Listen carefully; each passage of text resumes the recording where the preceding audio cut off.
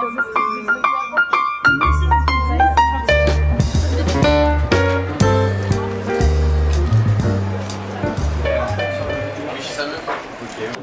ça? Exactement. Ça. Plus des films? Non. Juste pour les dédicaces. Que pour la dédicace.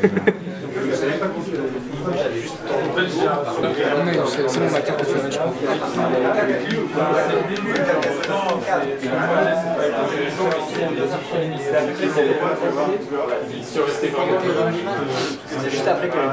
Donc moi je suis très heureux, comme toujours, parce que depuis le début, je suis ton travail avec intérêt, passion, curiosité. À chaque fois qu'un film sort, c'est toujours une découverte, voir où tu en es dans ton chemin de cinéaste. Je fais un petit rappel quand même pour ceux qui... vous connaissez tous le travail d'Albert Serra ou plus ou moins, la plupart? Ouais. Ah pardon, excuse-moi. Ah bah oui, je m'assieds sur ta veste et ça va pas du tout. Ouais, non, voilà. Et donc je fais un petit rappel. De ton premier film qui était Honor de Cavaliera en 2006. Après, on avait eu Le Chant des oiseaux en 2008. Vous avez vu tous ces films ou pas? Non, je pense qu'il y a pas mal de gens qui t'ont découvert avec peut-être plus récemment avec Pacifiction. Donc, pour Honor de Cavaliera, c'était Don Quichotte. Le Chant des oiseaux, c'était les Rois mages. Histoire de ma mort, c'était Casanova et Dracula. C'est vraiment des résumés à très gros traits. Et 2016, eh bien, La mort de Louis XIV avec Jean-Pierre Léaud. 2019, Liberté. 2022, Pacifiction avec Benoît Magimel. Et 2024, Tardez et Soledad. Après, il y a eu plein d'autres travaux, plein d'autres films, des installations aussi. Moi, j'avais vu des choses au Centre Pompidou. Donc, on ne peut pas dire que Tardez et Soledad est ton 9e film. Ton premier documentaire, ce sont des choses qui m'étonnaient un peu, parce que pour moi, ce sont des films. Pour toi, Tardez et Soledad, c'est ton premier documentaire. Oui, oui. Ouais. Mais je sais pas.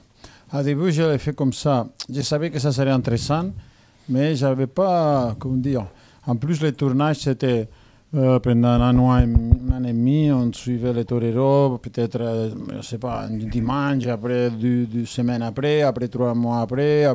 Il n'y avait pas de concentration. Tu sais, c'était comme, je ne sais pas, aller à faire quelque chose, non, voyager un peu, dire, cette fin de semaine, on va aller à Madrid, bon, très bien. Mais il n'y avait pas la concentration, non, en film-fiction ou le tournage, tu sais, super, non, tout sans arrêt, non. Alors, là, je ne les prenais pas très au sérieux au début, même si j'avais l'idée, je pensais qu'il y avait des choses, ça c'était sûr.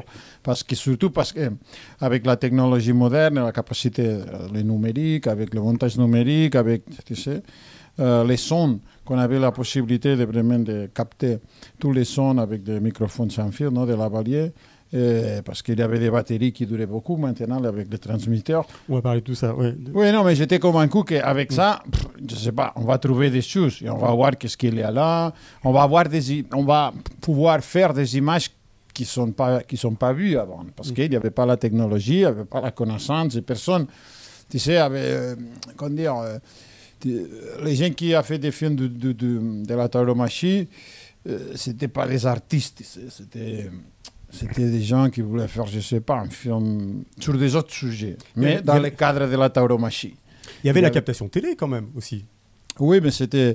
Moi, j'avais fait par hasard, il y a 15 ans, une conférence à les arènes de Séville, à la Maestranza, où j'ai parlé précisément de la captation télé de la tauromachie. Ils m'ont demandé de faire ça et je l'ai fait. Non, j'avais déjà analysé il y a très très très longtemps un peu ce qui passait dans les captations télé, que c'était nul. Et j'expliquais simplement pourquoi c'était nul, mais sans développer plus s'il y avait qu'une solution ou pas. Mais bon, l'idée, ça restait là, mais ça n'a rien à voir avec que après j'ai décidé de faire les films, non? C'était un peu un hasard. J'étais intéressé à la captation parce que je voyais que c'était violent, mais ça n'avait aucun intérêt. Et ça, c'est un paradoxe, parce que c'est dire qu'il y a quelque chose qui est violent, qui est un peu, comment dire, non, qui n'est pas très, comment dire, pas très connecté avec la société actuelle, avec toute cette violence. Je sais pas, j'ai trouvé que c'était complètement plat et ennuyeux et absurde. Bon, après les années sont passées, et je ne sais pas pourquoi j'ai eu l'idée de faire les films. On a commencé une anecdote qui est très belle, parce que c'est comme une espèce de paradoxe étrange. C'est très long de développer, mais moi j'avais déjà l'idée de faire les films. J'étais avec un producteur à Madrid, un coproducteur de Madrid, parce qu'il était un peu connecté avec le monde de la tauromachie. Et par hasard, j'ai fait une masterclass, et il y avait Frédéric Wiseman qui faisait aussi une masterclass là avec moi. Et après, on est allés à dîner ensemble, les trois, non, les producteurs, parce que lui, il était organisé les masterclass aussi. Et moi et Frédéric Wiseman. Et moi, j'ai parlé, on parlait un peu de ces projets qu'on commençait à développer, à chercher du financement, etc. Mais on était vraiment au début, on n'avait même pas, je ne sais pas si trouver de l'argent encore ou présenter des aides et tout ça. Mais l'idée, ça avait l'air d'être solide. Et bon, on parle de ça. Et moi, je m'en vais parce que je devais partir. Après le dîner, Frédéric Wiseman reste avec lui. Et il dit, écoute, si ce type ne le fait pas, moi je le fais. Hein. Si finalement ce type ne le fait pas, moi je le fais. Et après, le paradoxe, c'est que pendant le montage, avec l'autre monteur, qui est aussi le directeur de photographie, quand on montait, c'est difficile à expliquer ce que c'est ça exactement, mais dans notre tête, il y avait, si on devait monter un plan, et on disait, ah non, ça c'est Wiseman. Non. Et quand moi ou lui disait qu'un plan, c'était Wiseman, moi j'adore les films de Wiseman, et tu sais, lui-même aussi, non, comme personne, ça n'a rien à voir avec ça. Mais c'est-à-dire que nous étions en train de faire une autre chose, de ce qu'il aurait fait, et s'il y avait la petite légère sensation qu'il y avait un plan qui pourrait avoir été fait pour Wiseman, on avait une paranoïa immédiate avec les plans, et c'était presque impossible qu'il arrive à être dans le montage final. Non, mais donc et je sais qu'est-ce qu'on voulait dire exactement, mais c'est très difficile à expliquer. On le savait nous, quelle sensation, qu'est-ce qu'il y avait là. Je ne dis pas qu'on n'aimait pas, mais que ce n'était pas utile pour notre film. Mais c'était létal. Et donc tu adores le cinéma de Frédéric Wiseman, qui est le plus grand documentariste, et en même temps, le fait qu'ils disent non, je vais faire ce film, toi, ça te donne une motivation supplémentaire. Non, parce qu'on était déjà dans les... de te dire... Non, on était déjà dans les... Dans le processus du film. On avait déjà commencé, c'était clair.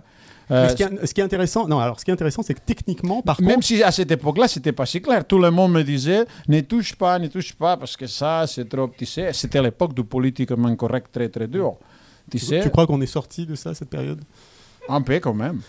Dans les dernières années, tout ça. 2 ans, 1 an ou 12 ans. Non, il y a moins de pression. Les jeunes sont fatigués de tout ça. Mais tu sais qu'en t'attaquant à la tauromachie, tu sais que tu vas t'exposer, tu vas prêter le flanc à... Pourquoi vous faites ce film-là? Est-ce que ce film ne va pas faire la promotion? Alors quand on voit ton film, je trouve que ça fait tout sauf... c'est pas le sujet, quelque part. Oui, je savais, mais je ne sais pas, ça m'était complètement égal. Ce n'était pas un critère pour, tu sais, pour décider de le faire ou pas le faire. Même quand on était en train de monter, on savait, tu sais, où il y a des plans qui sont polémiques ou qui pourraient être, tu sais... tout simplement la mort du taureau, l'agonie, tous ces moments-là. Oui, mais en même temps, c'est difficile parce que, tu sais, quand tu es en train de monter, tu ne sais pas exactement quel est l'effet. Parce que comme le film n'est pas fini, non? Et tu décides certains plans, tout ça. Après, tu arrives vers la fin, et c'est aussi très difficile de dire. C'est quand avant de finir le film, je montre le film à des amis ou des gens qui sont liés au cinéma. Ou à Rocaré. Tu montres. Oui, j'avais montré à Rocaré parce que j'étais obligé. Je pensais que ce n'était pas une très bonne idée. Et ça, qui est le matador qui est joué dans le film. Ouais. Mais ça, c'est une preuve de la lucidité de la très peu, comment on dit ça, très petite lucidité, de l'absence de lucidité du producteur. C'est le producteur que j'ai parlé parce qu'on rentre là et moi je savais que ça serait catastrophique. Je le savais mais je ne voulais pas le dire et j'avais dit je trouve que ce n'est pas une bonne idée de lui montrer. Et l'autre arrive, avant que je dise ça, Bon, j'avais dit ça, il avait quelque chose, il dit, comme ça, il dit, aujourd'hui, ça sera un grand jour, il va adorer les films, non, et ça sera, non, et on va pouvoir vraiment finaliser, démarrer, tout ça. Ce qui est arrivé après, c'était pas exactement ça. Alors, et moi, je le savais. Qu'est-ce qu'il n'a pas aimé? Plusieurs choses, surtout les côtés violents. C'est vrai que les côtés violents, c'était le principal, parce qu'il avait peur. Violent, de scène, pas les mots. Oui, qu'il y avait beaucoup de plaintes de la mort du taureau, beaucoup de sang, beaucoup d'agonie, beaucoup de taureaux qui sont morts. Et il pensait que ça, potentiellement, ça pourrait nuire à sa carrière, oui, à son image. Oui, c'est ça. Ça pouvait être mauvais pour l'image. Pas seulement son image, mais pour l'image de la tauromachie en général. Lui, il avait peur d'avoir collaboré, tu sais, avec un film qui va être préjudiciable pour la tauromachie et que les gens du monde de la tauromachie l'accusent d'être bête ou d'être stupide pour avoir fait ça. Mais parenthèse, moi, j'ai trouvé que ça, c'était le problème qu'il y avait. Mais parenthèse quand même, c'est que les sujets qui t'intéressent en général, ce sont des mondes qui sont toujours un peu crépusculaires, des mondes un peu sur la fin ou des mondes un peu clos. On n'a pas l'impression. C'est un film contemporain, sur le monde contemporain, et en même temps, tu prends un des sujets les plus datés ou les plus... non. Moi, je ne sais pas s'il y avait quelque chose de décadent, parce que quand tu es là, dans l'arène, c'est vrai que c'est un monde, très enfermé, et on pourrait dire que 90 des gens qui sont là, ou 95, sont des gens qui votent à droite ou à l'extrême droite. Ça, c'est clair. Alors, c'est une espèce de monde assez homogène à ce niveau-là. En Espagne, c'est ça. Hein, le public est très de droite. Et c'est accaparé par le actuellement, oui. Ouais. Avant, non. Mais... moi, j'ai trouvé que c'était logique parce que, tu sais, la gauche avait essayé d'interdire la corrida et tout ça. Après, c'est naturel, tu sais. C'est comme si à nous, on nous dit, ils viennent, je ne sais pas, la droite ou la gauche, ils nous disent qu'il va interdire le cinéma. Je ne vais pas voter pour ces partis, non, politiques. Je vais voter pour les autres. Alors, la gauche voulait interdire la pratique. C'est normal que les aficionados ou les gens, non, les toreros et toute l'industrie qu'il y a autour, non, soit d'une autre parti politique. Et pour moi, ça, c'était pas étonnant. Mais on perdait quelque chose quand même, que moi, j'ai trouvé que, surtout dans la littérature, non, c'était important, que c'était un art populaire. Et ça inclut tout le monde dans les passages. Toi, enfant, ton père t'a amené à des corridas? Oui, mais très peu. Pas... je ne sais pas s'il n'était pas un fanatique, je ne sais pas, parfois. Parce que lui, il aimait plutôt les chevaux. Et quand il y avait des chevaux, il allait, mais après ça, pour les gens qui aiment la corrida à chevaux, c'est stupide. Mais... Et tu l'as plus découvert par les livres, toi? Oui, pour la littérature, il y avait une mon auteur. Et après, par hasard, je suis devenu très ami d'une, parce que par hasard, elle était née dans mon village, qui était le manager de l'Torero le plus grand des dernières 20 ou 30 ans, qui s'appelle José Tomás. Et son manager, par hasard, qui était de mon village, est devenu très ami. Et ça, c'était plus ou moins au même moment. Déjà, on avait décidé de faire le film, mais moi, je le connaissais, très superficiellement. Et après, on a fait amitié non, comme on a commencé à parler du film. Et c'était un peu cet hasard. Non, et j'avais un peu de connaissances quand même, des souvenirs, mais pendant 25 ou 30 ans, je ne suis jamais allé en corrida, je n'étais pas un fanatique, mais je suivais la littérature dans les journaux, qu'il y avait des grands écrivains qui parlaient de ça. Et c'était un sujet qui était toujours là, mais sans aucune... Comment dire. Après, j'étais certain qu'il y aurait des images étonnantes. Ça, c'est... quand on a commencé à tourner, le premier jour, on a déjà vu. Après, on s'ennuyait un peu, on ne savait pas exactement qu'est-ce qu'on devait chercher. Non, vous choisissez quand même Andrés Rocaré, qui est le grand torero du moment, qui est un jeune torero péruvien, qui a une façon de torer assez atypique, qui est très grand pour un torero. Et pourquoi tu t'es arrêté sur lui? Pas seulement parce que c'était... ça c'était important, parce que c'était le numéro 1, c'était important évidemment, parce que non, tu veux quelque chose, je ne sais pas.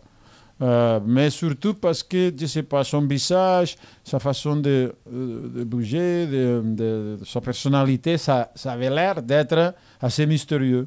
Et ça posait un contraste parce que lui, il a un visage un peu comme moderne. Tu sais, tous les autres, les gens de la quadrille, non, les assistants, ils sont avec des visages usés, non, comme si c'était des vieux, tu sais, d'une autre époque. Tu sais, ils sont pas... Et lui, non, il est un peu comme, non, comme moderne, comme si c'était un bobo ici de, non, parisienne qui sort d'un appart. Non, et soudainement, il est là. Et alors, ça, j'ai pensé il pourrait y avoir un contraste intéressant parce que, comme je l'avais vu un peu sur les images de la télé ou les plateformes, Toré, il est connu aussi pour être spécialement, pour avoir, tu sais, beaucoup de courage et pour être spécialement dur à ce niveau-là. Tu sais, ça faisait un contraste avec son visage. Je ne sais pas, j'avais l'intuition que ça, du point de vue cinématographique, toute cette ambiguïté, ça pourrait être intéressant. Plus intéressant que si tu prends un torero qui est plus, tu sais, qui a l'image plus caractéristique, comme ils le sont les autres, non, ses assistants. Et la plupart des autres toreros qu'il y a aujourd'hui sont... Il n'y a pas une seule qui soit comme lui à ce niveau-là. Il a dit oui tout de suite, oui. parce que tu le filmes dans son travail, mais tu le filmes dans son intimité, dans sa chambre d'hôtel, dans sa voiture, dans le van. Il y a quand même, il savait qui tu étais ou la façon dont tu filmais? Je ne sais pas, je ne crois pas. Peut-être son manager, tu sais, lui a donné une idée, mais non, lui, il n'est pas une personne, il est très jeune, il n'est pas très... Mais ce que je veux dire par là, c'est qu'il t'a fait confiance. Étrangement, oui. Moi, c'était même pas confiance. Étrangement, oui. Et c'était pas... Parce que c'était pas le mot, c'était pas confiance. Parce qu'on ne s'est pas parlé.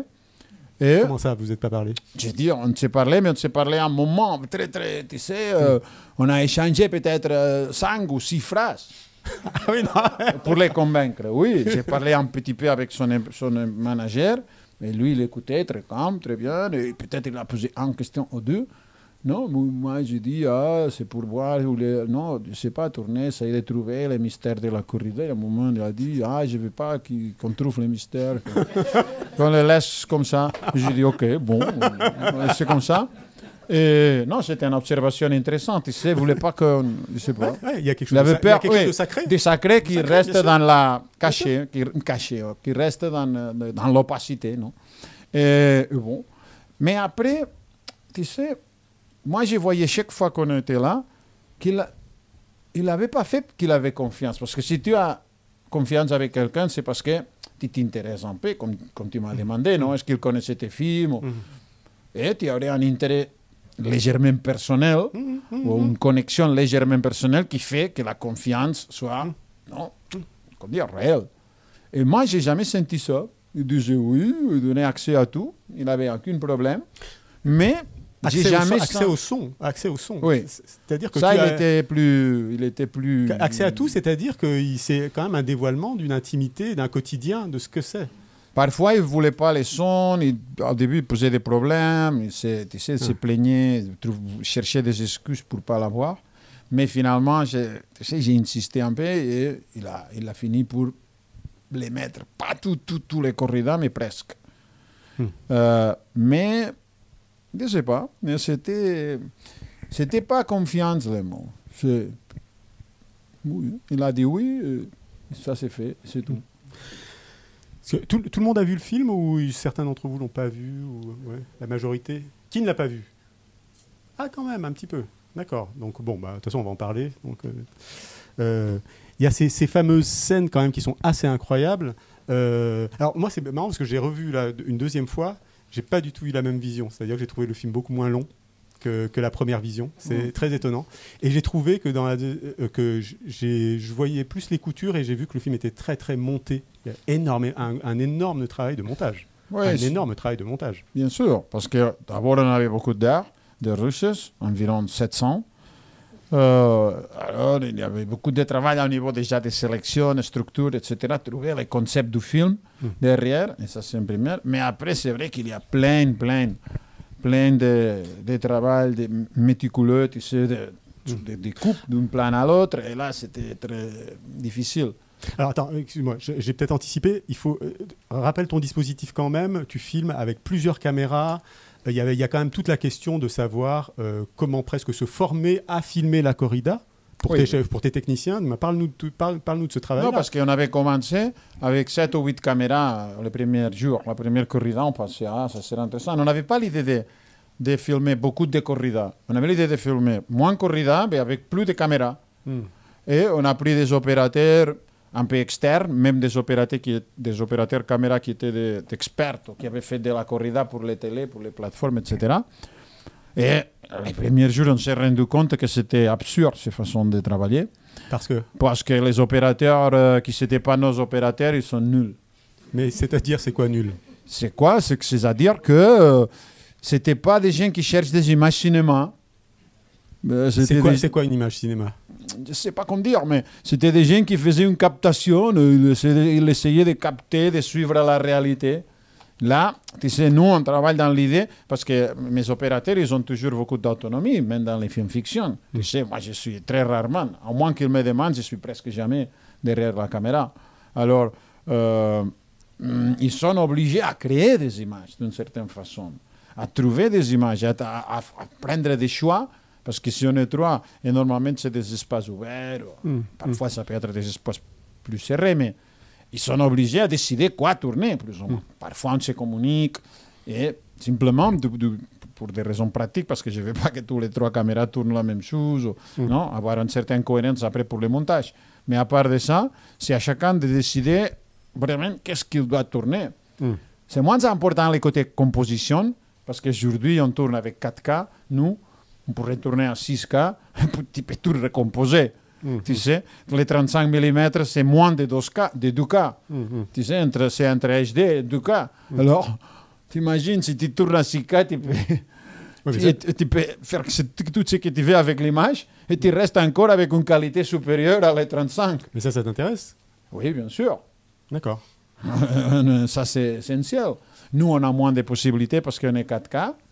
Mais parce que précisément, on tourne de cette façon un peu avec beaucoup de pression pour les caméras pour trouver ces images, beaucoup de chaos. Et pouvoir corriger ça, c'est important. C'est très important.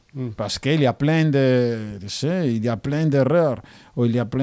Là, on essaye de pas juger beaucoup ce qu'on fait avec la confiance qu'il y aura quelque chose. Mais ça veut dire que ça va vite tout. Et là, on avait compris ça tout de suite dans ces premières corridas, que c'était absurde. Tous les autres opérateurs, c'était complètement nul. C'était des images inutilisables, absurdes. Pourquoi? Des plans trop larges? Des plans Non, ils ne savaient pas quoi faire. Ils ne savaient pas pourquoi tu filmes quelque chose. Tu sais, il fait, je sais pas, il suivait l'action. Mais ça sert à quoi l'action? Et c'est où l'action? C'est quoi la centralité de l'action? C'est quoi ce qui est intéressant? C'est intéressant le visage du torero, c'est intéressant ce qu'il fait, c'est intéressant quoi? Je ne sais pas, chaque moment, chaque torero, ça dépend si la couleur du sable n'est pas en beau couleur, tu ne vas pas les filmer. Si c'est pas... non, il y a des décisions à prendre et de se concentrer sur ce que tu vois qu'il n'y a plus de potentiel expressif.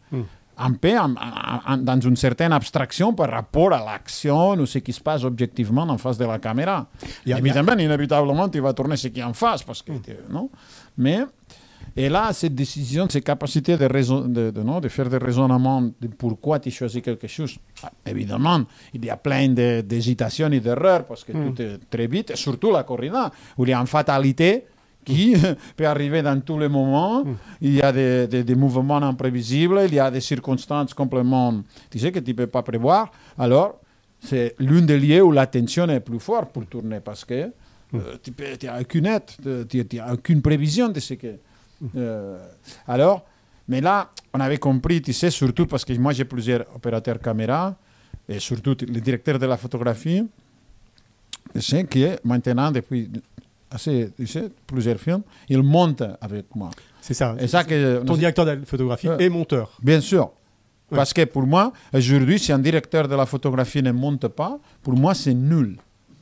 C'est complètement inutile pour le cinéma contemporain et pour ce qui sera le cinéma du futur. C'est absurde. C'est un type qui est là, mais je ne sais pas qu'est-ce qu'il fait exactement. Mais développe peut-être ça, parce que c'est intéressant de voir ces deux fonctions-là. Directeur de la photographie ne peut pas ne pas être monteur. C'est ça, parce que tu dois décider quoi tu tournes. Tu dois décider. La lumière aujourd'hui, c'est rien, tu sais. Moi, c'était rien déjà quand j'ai commencé, et je voyais que il y aurait une évolution évidente. Maintenant, aujourd'hui, mais imaginons dans un an, tu n'as même pas besoin de programmes de post-production digitale. Tu peux même mettre à l'intelligence artificielle, tu mets là l'image et tu dis Gordon Willis, Vilmos Zsigmond. Et il te fait une image identique à Vilmos Zsigmond ou à Gordon Willis à qui tu veux. Tu sais, avec une efficacité assez surprenante. Ça, il le fait automatiquement. Ce qui arrivait à 1/10 de cette qualité, ça te prenait, tu sais, un montant des airs incroyable avant. Ça t'effraie pas, ça te fait pas peur, ça? Non, au contraire, c'est très utile. C'est très utile. C'est précisément les contenus et les images que l'intelligence artificielle ne pourra jamais inventer. Mais ça, c'est très cohérent pour tous les réalisateurs qui sont nuls. Tu sais, parce que, tu sais, ils tournaient de cette façon-là. Alors, moi, je pense sincèrement, peut-être pas en France, mais j'étais l'autre jour en Allemagne, ou en Suisse, j'étais en Suisse, la Suisse alémanique, et j'ai dit, l'intelligence artificielle, tous les films qui sont produits en Suisse, maintenant, ou dans, je ne sais pas, 6 mois, il va faire meilleur film, l'intelligence artificielle, que tous les films que vous voyez, que vous faisiez ici. Le cinéma suisse est connu pour être une merde totale. Non, pour être super conventionnel, il n'y a personne là. Non, c'est-à-dire, c'est très académique. Non? Et comme c'est très... Parce que le concept du cinéma académique, c'est un cinéma qui se copie. Non, c'est le concept d'académicisme, c'est quelque chose qui se copie, qui apprend d'une tradition et qui la répète non, infinitement. C'est l'académie. Non, on copie, il y a un standard et on s'approche chaque fois plus à cet standard en essayant de remplir toutes les catégories de l'standard académique. Alors, c'est précisément ça l'intelligence artificielle, c'est collecter des data et avec ça, il va améliorer parce qu'il peut arriver à comprendre mieux les concepts d'académicisme dans l'intelligence artificielle, c'est parfait. Tu sais, c'est idéal. Mais en quoi... Alors, l'intelligence artificielle, il va faire meilleur film que tous les réalisateurs académiques bientôt. Mais pas de toi. Non, c'est le contraire parce que c'est basé sur delete data. C'est au contraire, c'est de détruire et de complètement effacer, tu sais, aucune connaissance, aucune idée, aucun préjugé, aucune idée préconçue de ce qu'on doit faire, de ce qu'on doit chercher, de ce qu'on doit trouver là en face de la caméra. Et c'est pour ça que le directeur de la photographie qui monte, c'est essentiel. Parce que dès qu'elle doit décider un peu, moi je n'ai pas ni l'intérêt, ni le temps de le faire. Je me concentre plutôt sur les acteurs et sur la direction d'acteurs. Mais comme il doit, tu sais, se concentrer sur l'image, même si nous on a 3 opérateurs toujours, mais plus ou moins le directeur de photographie qui opère une caméra, il est le responsable final. Tu sais, du résultat. Moi, je ne vais pas lui dire, tu sais, à l'un des autres opérateurs que c'est une merde. Je vais le dire à lui. Tu sais. Alors, oui, il y a quand même une hiérarchie, quoi. Évidemment. Légèrement, oui, mais après, non. Tu sais, chaque opérateur caméra est complètement autonome. Ce n'est pas le directeur de photographie qui décide où il se met chacun, ni moi. Tu sais, c'est un peu automatique parce qu'on va très vite. Et le premier qui arrive, c'est le premier qui prend position. Et les autres, tu sais, s'adaptent autour. Parce qu'on va très vite, nous. Mais il y a quand même des consignes. Dans ton film, par exemple, tu prends le parti pris de ne pas filmer le public. Ça, vous en avez parlé. Et non, ça, on l'a filmé au début. Et petit à petit, on voyait que ce n'était pas intéressant. Mais en général, on évite de prendre des décisions drastiques dans les tournages. D'accord. Parce qu'on ne sait jamais, tu sais. Toi, tu penses que le public n'est pas intéressant, et après, tu te trompes, parce que toutes c'est des décisions superficielles, ultra superficielles. Après, dans les montages, tu sais, tu as vraiment le temps pour analyser ce qu'il y a là, tu sais, et tu vois. Il y a plein de choses à faire avec la post-production qui peut changer complètement la sensation ou l'atmosphère d'une image. Et peut-être quelque chose que là, ça avait l'air d'être pas très intéressant, avec la post-production, ça devient fascinant. Qui le sait, on ne le sait pas. Mais alors on évite de prendre des décisions comme ça. Mais inévitablement, on doit prendre des décisions constamment. Non? On tourne ça ou ça ou ça. Mais ça, c'est le directeur de la photographie et chaque caméra qui décide. Et qui sont sous la pression, parce que moi, je vais mettre beaucoup de pression à ce niveau-là. C'est-à-dire comment? De quelle façon? Que si je vois que ça ne va pas, écoute, On fait quoi là alors, non, l'idée que ces gens-là sont les meilleurs du monde. Alors, si les meilleurs du monde ils te donnent une merde, ça va pas ensemble, ça. Tu sais, ce sont les meilleurs opérateurs caméra et les gens les plus intelligents qui ont la possibilité de vraiment, tu sais, travailler avec cette méthodologie et, tu sais, approfondir. Et après, le résultat n'est pas bon. Je dois aller chercher où? Tu avais déjà travaillé avec eux sur Pacifiction? Oui, c'est l'équipe qui vient. Okay, parfois, ça dépend. En concret, ces films-là et les prochains que je viens de faire, c'est les mêmes 3 personnes.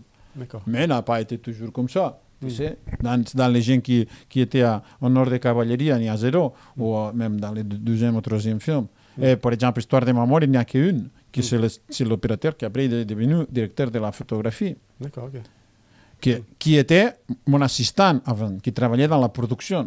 Il n'avait jamais ni étudié ni touché une caméra. Elle a été formée à ton école? Oui. Et l'école d'Internet, que c'est une autre école très intéressante parce que, tu sais, tous les doutes techniques qu'on a, tu sais, sur Internet, tu trouves la solution très rapidement. Pas tous, parce que c'est nous qui on invente des choses techniques aussi. Ou qui, non? Maintenant, par exemple, je viens de finir notre film tourné, un film fiction, et...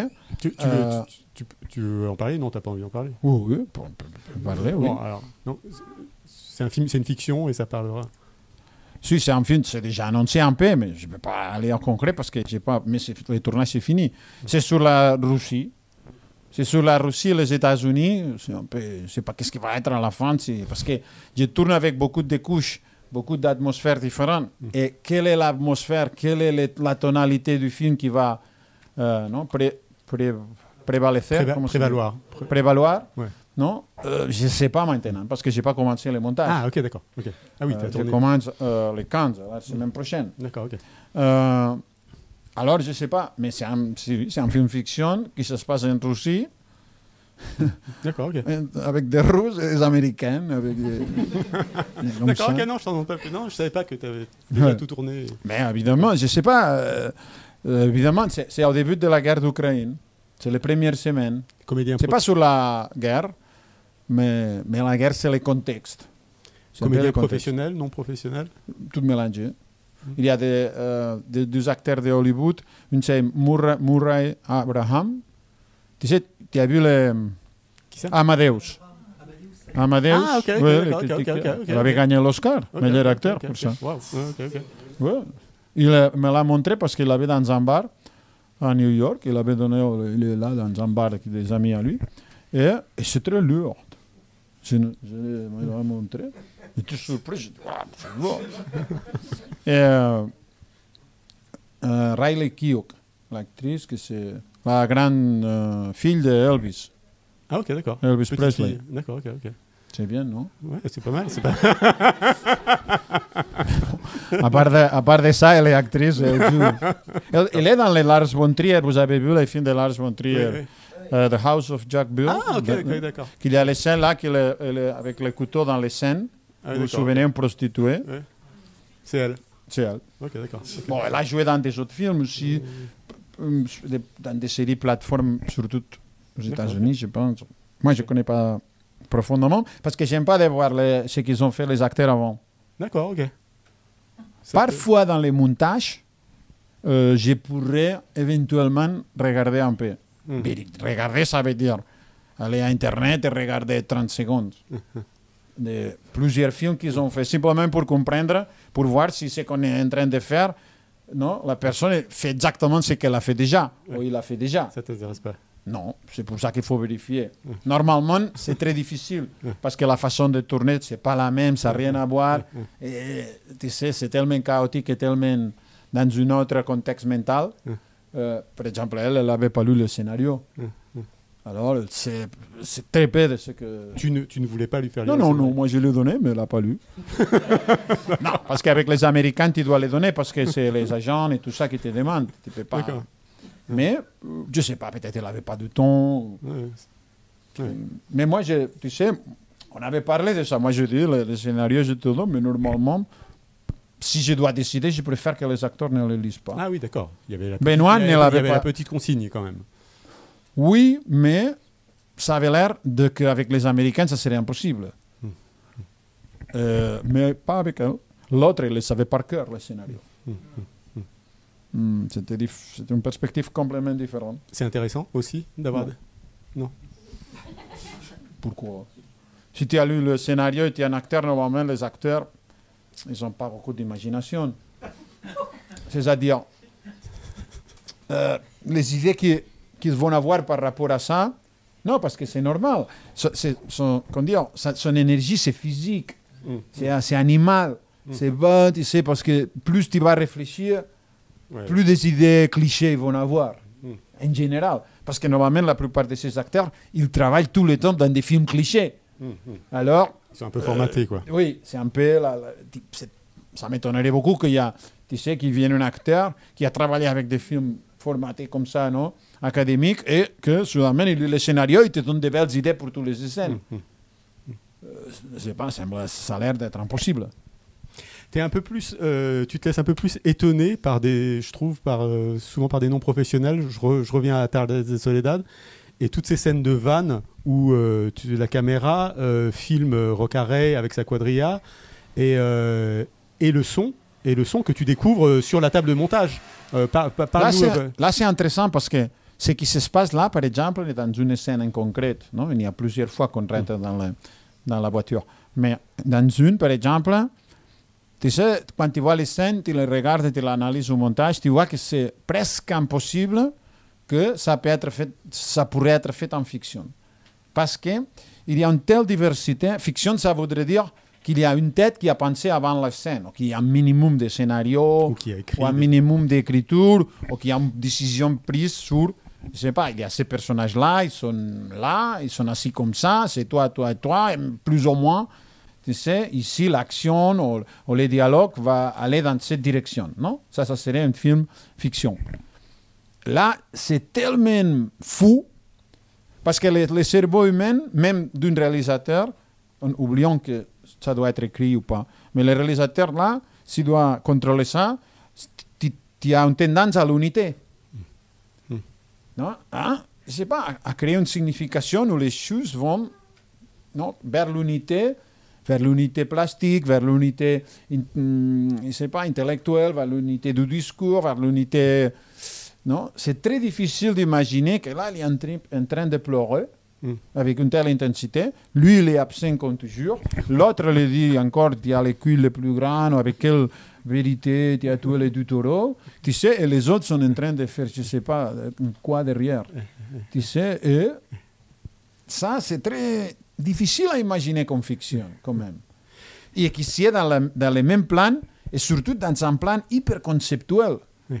Presque un plan christique, un plan... Il y a quelque chose de très... une composition de tableau, quoi. Il y a une composition de tableau, mais tout ce qu'il y a à l'intérieur, il n'a qu'une cohérence au niveau d'atmosphère de l'un personnage avec l'autre. Parce qu'il sort d'une situation très extrême, et chacun sort d'un... Non. Mais... Et ça, c'était intéressant. Et ça, j'avais vu un peu dans les films fiction, quand ils mettent beaucoup de pression sur les acteurs, ou quand il y a des circonstances qui sont un peu, non, ils sont troublés pour, je sais pas, pour sa propre prestation. Non? Il y a beaucoup de confusion. Ça peut arriver à avoir une déstabilisation de ce genre et ça, c'est fascinant pour le cinéma, surtout en grand écran, parce qu'il y a tellement d'informations à regarder. Et aucun te donne la clé. Au contraire, il y a plein d'informations qui circulent, mais qui sont presque contradictoires. Ils sont tellement pleins de subtilités. Ça c'est très difficile de l'imposer ou de le créer artificiellement. De l'imposer d'une façon académique, non? Calculée. C'est trop. Il y a trop de... Et en même temps, j'ai l'impression que c'est nourri par lui, sa présence. Là, on sent vraiment sa solitude et son doute. Il y a vraiment quelque chose je trouve, presque de l'ordre de la superstition. Il est vraiment là, au bord du gouffre, je trouve, dans le bus. Quand il repense, et les autres sont là à essayer de lui dire, mais à l'encourager, à le rassurer, à lui dire qu'il a les plus grosses coronesses, huevos, tout ce qu'on veut. Mais lui, je le sens, on sent vraiment cette solitude, je trouve, et ce doute. Il est ailleurs, quoi. Je sais pas. C'est très difficile à dire. Moi, j'ai monté le film. Qu'est-ce que lui a... Comment il se... Je ne sais pas qu'est-ce qu'il lui transmet, sincèrement. Mm. J'ai tous les recherches du film, j'ai tout regardé. Et, je ne sais pas. Parfois, ça a l'air qu'il est complètement bête. Mm. Parfois, il y a plutôt que solitude. Parce que quand on pense à solitude, on pense en profondeur. En profondeur de l'être humain, que pour être seul, tu dois assumer qu'il y a une espèce de... Comment dire, une façon profonde d'être dans le monde qui, par hasard, non, dans cette espèce d'impossibilité ou incompatibilité de se communiquer avec le reste du monde, tu deviens toute seule. Mais déjà, ce mouvement, il y a une profondeur. Mais parfois, lui, il a l'air d'être simplement vide, transparent presque, dans certains moments. Et moi, je ne savais jamais s'il y avait quelque chose derrière ou pas. Le côté spirituel du film est très douteux quand même. Tu sais, parce que tu ne sais pas exactement pourquoi ils font ça, tu ne sais pas exactement qu'est-ce qu'il y a derrière. Évidemment, il y a un rituel, ça c'est déjà quelque chose, mais par définition, le rituel, c'est aussi quelque chose de très formel. Tu sais, c'est des rites, c'est des répétitions des actes, mais tu sais, il n'y a pas, comme dire, nécessairement, c'est comme une espèce de... Alors, moi, sincèrement, je ne sais pas... Moi, parfois, je pense qu'il n'y a pas de côté spirituel dans la drogue. Peut-être, oui. Évidemment, il y a la vie, la mort. Ça donne déjà une épaisseur, non? Une force à les problèmes qu'il y a là. Mais, je ne sais pas. C'est très, très difficile à dire. Tu parles aussi, dans les interviews, c'est vrai qu'on y pense... C'est clair qu'il n'y a pas un côté humaniste derrière, je pense. Non. Ça, c'est clair que non. Après, s'il reste encore une forme de spiritualité dans les rituels, etc., possible, je ne sais pas. Tu parles avec lui, j'ai dit. Avec des autres toreros, ça pourrait arriver, parce que je n'ai vu des autres. Et il y a une espèce de... Mais avec lui, c'est pour ça que moi, j'ai trouvé que du point de vue cinématographique, c'est intéressant, parce que j'avais l'intuition qu'on ne comprenait pas ce qu'il y avait derrière. Non, si tu dis José Tomás, par exemple, comme il y a cet engagement, tu sais, tellement fort avec une tradition, tu sens qu'il y a simplement dans le côté engagement et embrasser une tradition et une passé d'une façon très assumée. Là, plus ou moins, il y a déjà une forme d'humanisme, évidemment, et de spiritualité par rapport à ça, de cette adoration. Par exemple, on lui reproche à lui parfois d'être pas si cultivé au niveau du passé de la tauromachie. Ah, ok. Tu sais, les Germains ont dit, il devrait quand même, tu sais, étudier, tu sais, les grands toreros du passé, tu sais, c'est comme dire, non, assimiler ça d'une façon. Et là, mais pour moi, c'est plus fascinant comme ça, au niveau cinématographique. Parce que sinon, ça serait plus, je ne sais pas, ça donnerait des belles idées pour un livre, mais peut-être moins belles idées pour un film. C'est pour ça que le film est intéressant, parce que c'est tellement mystérieux, tout ça. Alors, je voulais te parler d'un film dont tu parles dans tes interviews et auquel on pense. C'est le film de Parreno et de Douglas Gordon, Zidane, un portrait du XXIe siècle, où ils ont filmé à plusieurs caméras, il y a beaucoup plus de caméras, un match de Zidane, et il est de tous les plans, et on sent qu'ils essaient de capter aussi ce mystère, parce que où il ne se passe rien. Il y a beaucoup de moments où il marche. Moi, j'aime bien le film. Moi, j'aime beaucoup le film, je pourrais dire. Mais ça n'a rien à voir avec mon film. C'est vrai que il y avait une idée de... Non, mais tu y penses. Tu y penses quand même. L'idée de... Tu sais, être là et filmer un événement avec les caméras, un événement, tu sais, avec le public, avec la pression du stade, mais c'est concentré sur sur les éléments pour lesquels on a des attractions visuelles. On s'en fout complètement de la corrida, on s'en fout complètement d'une partie de foot, qu'est-ce que c'est, tu sais. Et avec l'arbitraire total, on pointe avec la caméra des choses que, avec cette intuition artistique très puissante, ça a l'air de nous fasciner. Et ce point de départ, c'était là. Après, tu sais, moi j'ai trouvé que ce film de Zidane, c'est un film qui est très beau, mais qui est, comme dire, ça ne m'intéresse pas beaucoup le fait qu'il soit un film tellement conceptuel. C'est un film plutôt pour les galeries, pour les musées. Pourquoi tu dis ça? Oui, parce que c'est trop expérimental. Les côtés humains, même les côtés dramatiques. Malgré tout, j'ai fait du cinéma où le côté humain, il est encore là. J'ai dit toutes ces idées par rapport au torero. Matador. Mais les autres, oui, cet élément humain, il est très fortement représenté. Ouais, dans le Douglas Gordon, il y a l'arrière-plan du monde aussi, il y a le monde qui tourne, les guerres dans le monde, tout ça. Oui, et le film est aussi dramatique. Il s'arrête sur le coup de sur le Zidane qui se fait sortir sur un carton rouge. Il y a quand même une... Oui, mais je veux dire, c'est plutôt musée, il n'y a pas de... Comment dire? Non, c'est bien, mais je pense que c'est plus fascinant quand tu peux avoir les deux. Sans faire un film où, tu sais, il y a trop d'humains et trop narratif et trop dramatique, et c'est un film académique, mais sans un film qui est trop conceptuel, ça c'était mon obsession. Par exemple, éliminer le public, évidemment, c'est la raison principale, c'est ça, c'est de pouvoir bouger les films vers les conceptuels. C'est-à-dire, on élimine les folkloriques, on élimine les sociologiques, les politiques, en éliminant les publics. Alors, on sort un peu de ce qui serait les documentaires classiques. On entend quand même, le son nous rappelle le public qui siffle, on entend la musique. On a changé un peu quand même, le son du public. Ah, ok, d'accord. Un petit peu. Okay. Un petit peu. Un petit peu. C'est difficile parce qu'on utilisait beaucoup les microphones de... Tu sais, on avait besoin de les microphones de sans fil pour beaucoup de sons. Et les microphones sans fil, ils rentrent beaucoup de sons. Pas beaucoup, mais ils rentrent quand même un petit peu de sons. On peut arriver à les faire. Tu sais, ça dépend des scènes, les degrés de silence qu'il y a, etc. Mais parfois, on l'avait fait. Moi, j'ai trouvé que, par exemple, la réaction du public, quand il s'accorde parfaitement avec ce que tu vois, c'est moins intéressant.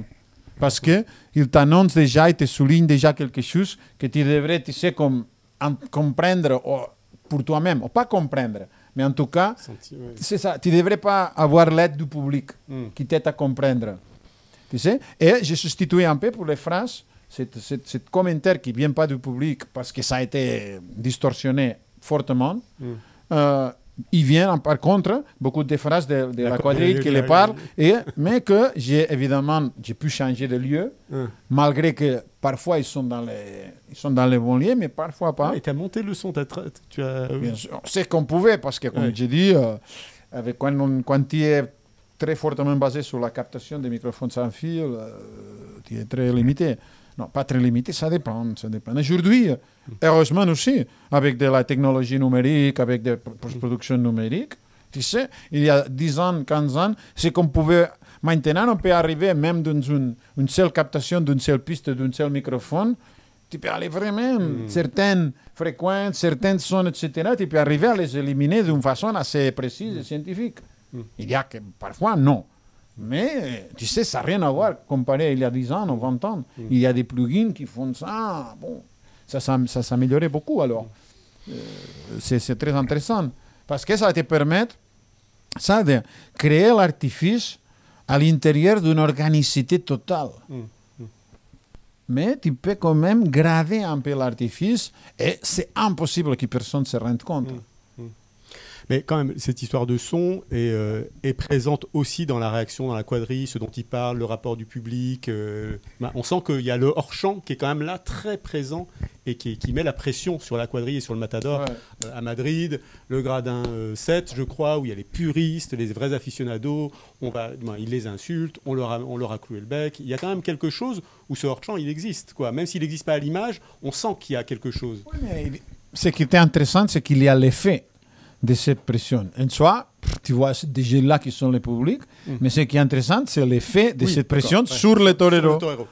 Et toutes les réactions qu'il va générer, toutes les tensions qu'il va générer, mais parce que c'est lui qui est habillé avec les bons costumes. C'est lui qui peut mourir. C'est pas les autres qui crient là dans le TC. Ils sont pas très bien habillés. Ils vont pas mourir, alors ils ont pas, tu sais, un visage vraiment tendu, ou vraiment intense, ou vraiment parce qu'ils sont très à l'abri de toutes les mauvaises conséquences là, dans les gradins. Alors, mais la pression que ces gens-là, comme moi, comme réalisateur, je peux exercer dans un film fiction sur les acteurs, c'est pas intéressant, moi. C'est intéressant l'effet qu'il va avoir sur les acteurs. C'était un peu une méthodologie, un système parallèle. Là, c'était le public plus les taureaux qui génèrent cette pression et qui transforme complètement, pression, ça veut dire, tu sais, pression, ça veut dire intensité. Tu sais. Et intensité, ça veut dire qu'il y a une énergie dans les images à la fin. Vos questions à vous. On va faire circuler le micro. Moi, j'en ai. Oui. Oui. Bonsoir. J'ai regardé le film il y a une quinzaine de jours. Je l'ai apprécié sur le plan esthétique, principalement, parce que je ne suis pas un amateur chevronné de corrida. Ma question principale porte sur le dispositif que vous avez employé. Je suis étonné de vous entendre dire que vous ne saviez pas ce que vous cherchez. En même temps, vous dites on ne voulait pas du public, on ne voulait pas des aficionados. Donc ma question, elle est multiple. Je voudrais savoir pourquoi vous avez éliminé la possibilité d'une lecture esthétique via les commentaires de connaisseurs. Pourquoi vous avez éliminé d'éventuelles rivalités avec d'autres toreros matadors ou de rang inférieur qui auraient pu apporter un autre point de vue. Et je vous demande tout ça parce que ce qui reste, et ça finit par devenir très gênant, en dehors des très longues et très belles scènes dans l'arène, ce qui reste, c'est les commentaires de son staff, je ne sais pas comment on dit en espagnol, partido ou je ne sais pas comment. Quadrille. Bon,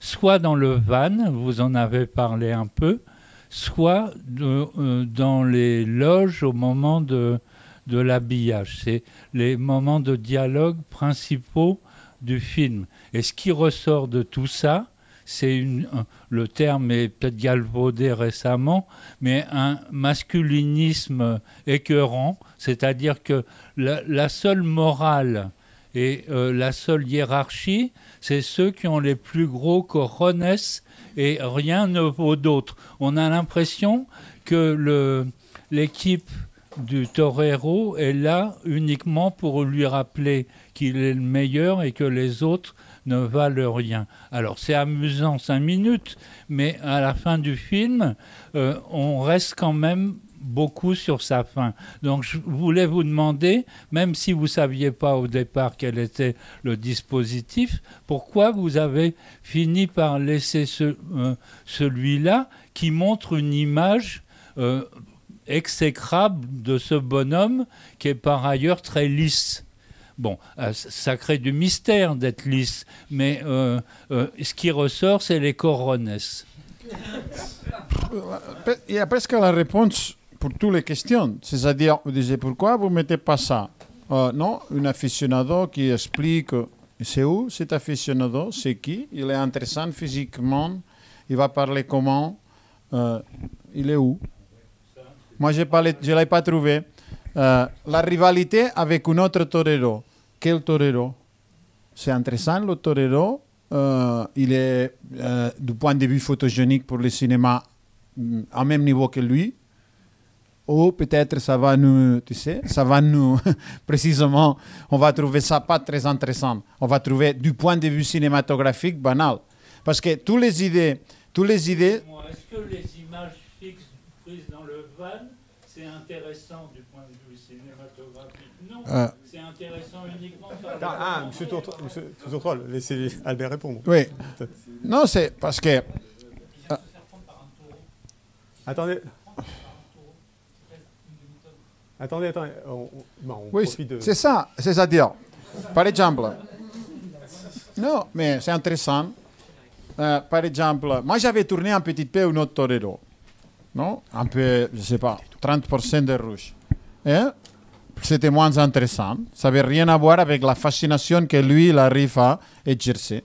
Et ça, c'est une qualité strictement cinématographique. Ça n'a rien à voir avec des autres considérations liées à soit le sujet du film, soit, je ne sais pas, ce que tu peux apprendre en regardant les films, ce que, je ne sais pas. Non, ça, c'est de la fascination strictement visuelle et strictement cinématographique. Et pour faire ça, dans l'idéal, tout est possible. Mais dans la réalité, tu sais, c'est très difficile de trouver des bons acteurs. Moi, tous les tournages, tu sais, j'ai fait des choix et tout ça, et trouver des gens qui sont vraiment très bons, c'est très difficile. Moi, je regarde tous les films que je peux regarder presque, et tous les acteurs sont nuls. Pas tous les acteurs, mais il y a beaucoup qui sont nuls. Alors, c'est les matériels humains intéressants, qui soient en même temps, qui soient vraiment organiques, en même temps artificiels. Parce que l'interprétation, même dans ce documentaire, et ça c'était très intéressant parce que ce qu'ils font c'est déjà très artificiel, il y a beaucoup d'artifices, mais trouver quelque chose qui c'est-à-dire que c'est organique, qui nous donne de la crédibilité et de la foi sur les images, ou extrêmement organique, mais qu'en même temps il est extrêmement stylisé ou fantasieux ou artificiel, dans la même personne, au même moment, à thème réel, c'est pas facile. C'est pas tout le monde qui fait ça. Alors, oui, dans l'idéal, et pourquoi pas, oui, aussi, je pourrais avoir mis, je sais pas, n'importe quoi, mais c'est où cette personne? C'est nous. Si tu me la montres, moi je dis, oh, c'est vrai, ça existe. Alors, on les prend. Mais, et, je sais pas, on est dans un documentaire, tu sais, on doit s'adapter un peu à ce qu'il y a. On peut pas, tu sais, moi je pouvais rien dire. On entrait dans la chambre. Tu sais, dans la chambre de l'hôtel. On l'a filmé 6, 7 ou 8 fois. Les types, son assistant nous faisait comme ça. Non, ouvrait la porte, il faisait comme ça. Et nous, on était avec 2 caméras normalement. Parce que, et on rentrait là et on ne savait pas si ça serait une chambre ou si ça serait une grande chambre, petite. Si il y aurait de la bonne lumière, ou il y aurait des fenêtres qui sont grandes, si le mobilier ça serait moche, il y aurait, je ne sais pas, une couleur de la peinture des murs qui était nulle. On ne savait rien. On doit s'adapter. Mais ça, c'est le prix d'avoir le numéro 1 dans les journées qui a plus de pression de la saison et avoir le privilège d'être là. C'est ça le prix. Évidemment, si je pourrais choisir les meilleurs, qu'en plus c'est les meilleurs, qu'en plus c'est les journées la plus décisive de sa saison avec toute la pression, et en plus tu sais, préparer une mise en scène, et en plus mettre un extra que j'aime bien là à côté, au lieu de changer l'assistant parce que je trouve que l'assistant n'est pas si bon ou n'est pas si intéressant, et le mettre l'assistant d'un autre torero, par exemple, que je trouve que c'est pas intéressant. Bon, c'est évidemment, c'est parfait, c'est le monde idéal, mais ce monde, ça n'existe pas. Je dois travailler avec ce qu'il y a là. Je ne peux pas. Le prix d'avoir tout ça, c'est que tu ne peux pas les toucher. Alors, alors c'est en revanche, ce qui tu peux donner, c'est vraiment, tu sais, la curiosité. C'est de, comment dire, augmenter ta curiosité en tant que réalisateur, augmenter, comment dire, ton innocence, ce que je disais de delay data, et avoir un peu de foi. Et, parce que, genre, il fait ça, et après, quand l'autre voyait que l'autre s'était fatigué ou tout ça, il faisait... Et nous, on devait partir. Dans la fourgonnette, on n'avait pas un opérateur caméra même. Il n'y avait pas d'espace. C'était une caméra fixe, sans opérateur. Mais il n'avait pas le droit d'éteindre la lumière. On a allumé... Oui, parce qu'on a mis des lumières, parce que dans une fourgonnette, il n'y a pas beaucoup de lumière, on n'aurait vu rien. Parce que quand ils partent au soir, après la corrida, tu sais, s'ils ne laissent pas les lumières ouvertes, c'est des nuits derrière, dehors. On n'aurait vu rien.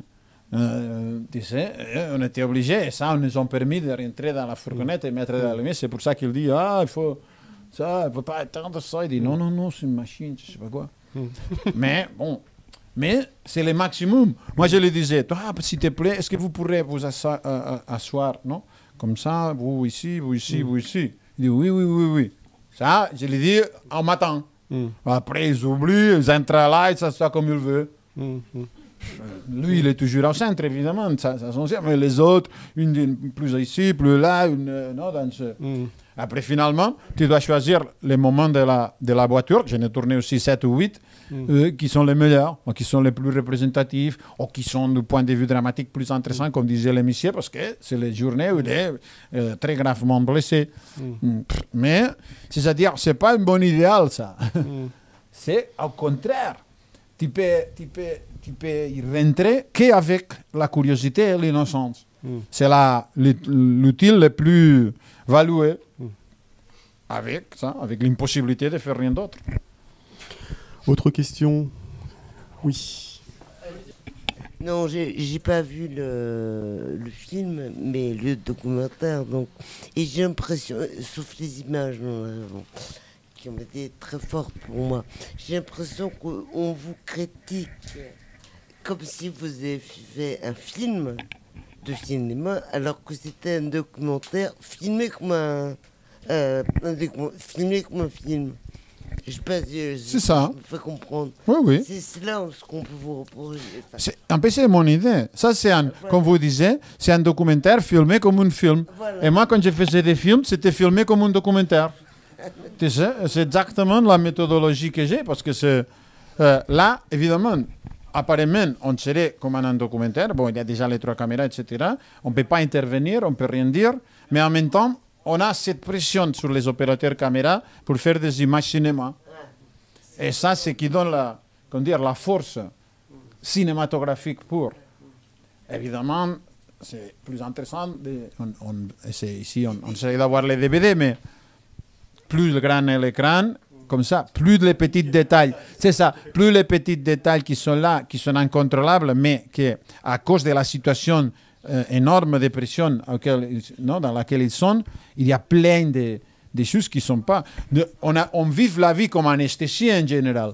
La vie quotidienne de notre vie normale, 24 heures, tu sais, la plupart des heures, on vit automatiquement avec les pilotes automatiques, non, comme les avions. Alors, là, non, c'est impossible de vivre avec les pilotes automatiques. Non? Alors, il y a inévitablement plein de détails qui vont ressortir parce que, tu sais, tu sais, l'impact sur le corps de l'acteur, c'est un impact mental, un impact physique, un impact esthétique, un impact moral, tu sais. Et avoir une situation dans notre vie quotidienne que soudainement on a tous ces impacts en même temps, c'est pas l'habituel. Et là, tu sais, c'est pour ça que ça va inévitablement générer plein de détails. Moi, je pense, pas une théorie, mais je pense que il y a des moments où les plans sont très... L'esthétique du film, au bout d'un moment, pour moi, sur certains plans, a été insupportable. C'est-à-dire que la violence de ce qui est filmé, à un moment, doit ressortir d'une certaine façon ou d'une autre. Elle doit ressortir d'une certaine façon. Parce que je ne peux pas me contenter de dire c'est une belle oblique, c'est un aplat de rouge ou ça. Non, au bout d'un moment, c'est du sang, c'est de la souffrance, c'est de la cruauté, c'est quelque chose de barbare. Et il y a quelque chose en moi qui est plus... ton film, il nous expose à ça, si tu veux. Et il s'expose à ça aussi. Oui, mais nous, tu sais, on l'aimait parce que c'était intéressant, c'était fascinant du point de vue visuel. Oui. Alors, après, on ne savait pas les conséquences que ça aurait. Non? Parce que dès que le film est fini, on ne sait pas exactement quelle est la signification de tout ça, quel est, comme dire, les messages, non? L'idée globale que ça va causer dans les têtes des spectateurs. Ça, on ne sait pas. C'est trop difficile à prévoir. C'est impossible. Parce que ce sont des images assez troublantes. Et tu ne sais pas parce que c'est des images tellement troublantes que... Non, les typiques commentaires qu'a fait tout le monde. Si tu dis que tu es contre la corrida, tu peux trouver toutes les raisons, tous les éléments, avec même encore plus de raisons de ce que tu avais imaginé. Mais si tu es pour la corrida, tu peux trouver aussi toutes les raisons pour l'aimer, parce que c'est vraiment ça, cet engagement avec quelque chose qui va jusqu'à la fin. Et tu sais, ce côté sérieux de cet engagement qui va jusqu'à la fin, tu ne peux pas le trouver dans les activités quotidiennes, et qui est en plus ça, un spectacle, qui est en plus, tu sais, les côtés plastiques, qui a les côtés moraux aussi, plein de choses. Alors, non, nous, peut-être ce qui a fait le film, c'est que comme il a donné cette vision tellement complexe, parce que comme on n'avait aucune idée personnelle, je n'ai pas pu ni simplifier, ni schématiser, ni avoir des préférences, tu sais. Tout ce que j'ai mis d'arbitraire, c'était des choses qui vont dans les côtés poétiques, qui ne vont jamais dans les côtés contenus. Tu sais, au contenu. Alors, comme dire, moi, je n'ai rien fait. Et ce qui a fait le film, c'est qu'on a montré que l'interaction qu'ils ont tous ces éléments-là et qui sont profondément liés. Évidemment, la violence existe, mais C'est parce qu'il y a violence qu'il y a de courage, ou à l'inverse. Et c'est parce qu'il y a de courage qu'il y a un engagement avec une tradition. Tu sais? Et c'est parce qu'il y a cette tradition que, tu sais, du point de vue plastique, il y a comme une espèce d'évolution, comme une espèce de travail plastique qui fait les choses les plus belles maintenant qu'à l'époque, je ne sais pas, au début du XXe siècle, même avant, que c'était beaucoup plus barbarique et moins raffiné. Tu sais, et tu vois que tous ces éléments, ils sont complètement liés et que tu ne peux pas séparer. Et c'est pour ça que le débat, non, sur si la corrida, c'est pas bon, ou c'est pas nécessaire, on devrait l'interdire, ou c'est trop violent, tout ça, bon, ça peut du sens avec les films. Parce que c'est comme dire, ah, je vais parler que de cet élément-là, de ce petit côté moral, non, de ce conflit moral qu'on trouve qu'il y a là. Mais dans les images te montrent que ça, c'est un des éléments, c'est important, clairement, mais qui est complètement connecté avec des autres éléments. Et c'est très difficile de les dégager ou de les séparer et d'en parler en abstrait. Et c'est pour ça que les images sont plus, comment dire, illustratives à ce niveau que n'importe quel livre.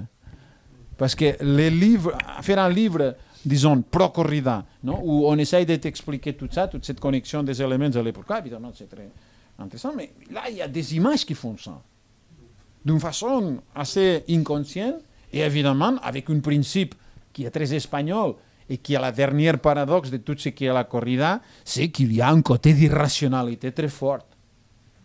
Il y a quelque chose qui vient d'une profondeur, d'une tradition espagnole, tu sais, où le côté irrationnel, il a une puissance, et je sais pas, c'est au cœur de cet spectacle aussi. Et c'est qui lui donne la force. Alors, essayer de les rendre dans des discours où, tu sais, tout est dans le côté rationnel, bon, ça n'a pas de sens. C'est comme si tu veux traiter l'inconscient avec les paramètres du conscient. Ça ne va pas aller très loin. Alors là, cette force plus, comment dire, non, atavique, cette question, c'est espagnol et c'est basé sur l'irrationnel. Non, enfin, finalement, j'ai pas grand-chose à rajouter parce que c'était pour rebondir sur ce que vous disiez sur justement l'aspect violent. Enfin, moi, j'ai trouvé votre film d'une complexité inouïe, d'une puissance folle, une espèce de chaos, mais à la fois une harmonie dans le chaos. Et vous avez, quand j'ai eu vent de votre film, je me suis dit, faire un film sur la corrida en 2024, c'est quand même faire preuve d'une certaine audace, ce que vous faites déjà précédemment à travers tous vos films. Et finalement, vous avez réussi, je trouve, cet exploit où, comme vous le disiez, il y a les Antilles qui peuvent trouver matière à critiquer. J'ai lu aussi plein d'articles, que ce soit d'aficionados qui ont adoré votre film aussi. Donc finalement, vous avez réussi cette performance de contenter tout le monde. Vous êtes au-dessus et vous avez fait un film sur une forme d'une puissance folle où la mort est au centre de la vie. Et je trouve que c'est assez passionnant. Enfin, je trouvais ça assez fascinant parce que vous avez réussi à réconcilier des mondes qui de toute façon ne se parlent pas. Et vous êtes au-dessus de ça. Et je trouve vraiment la performance absolument assez éblouissante. Parce que j'ai dit toujours la même histoire. J'ai rien à dire.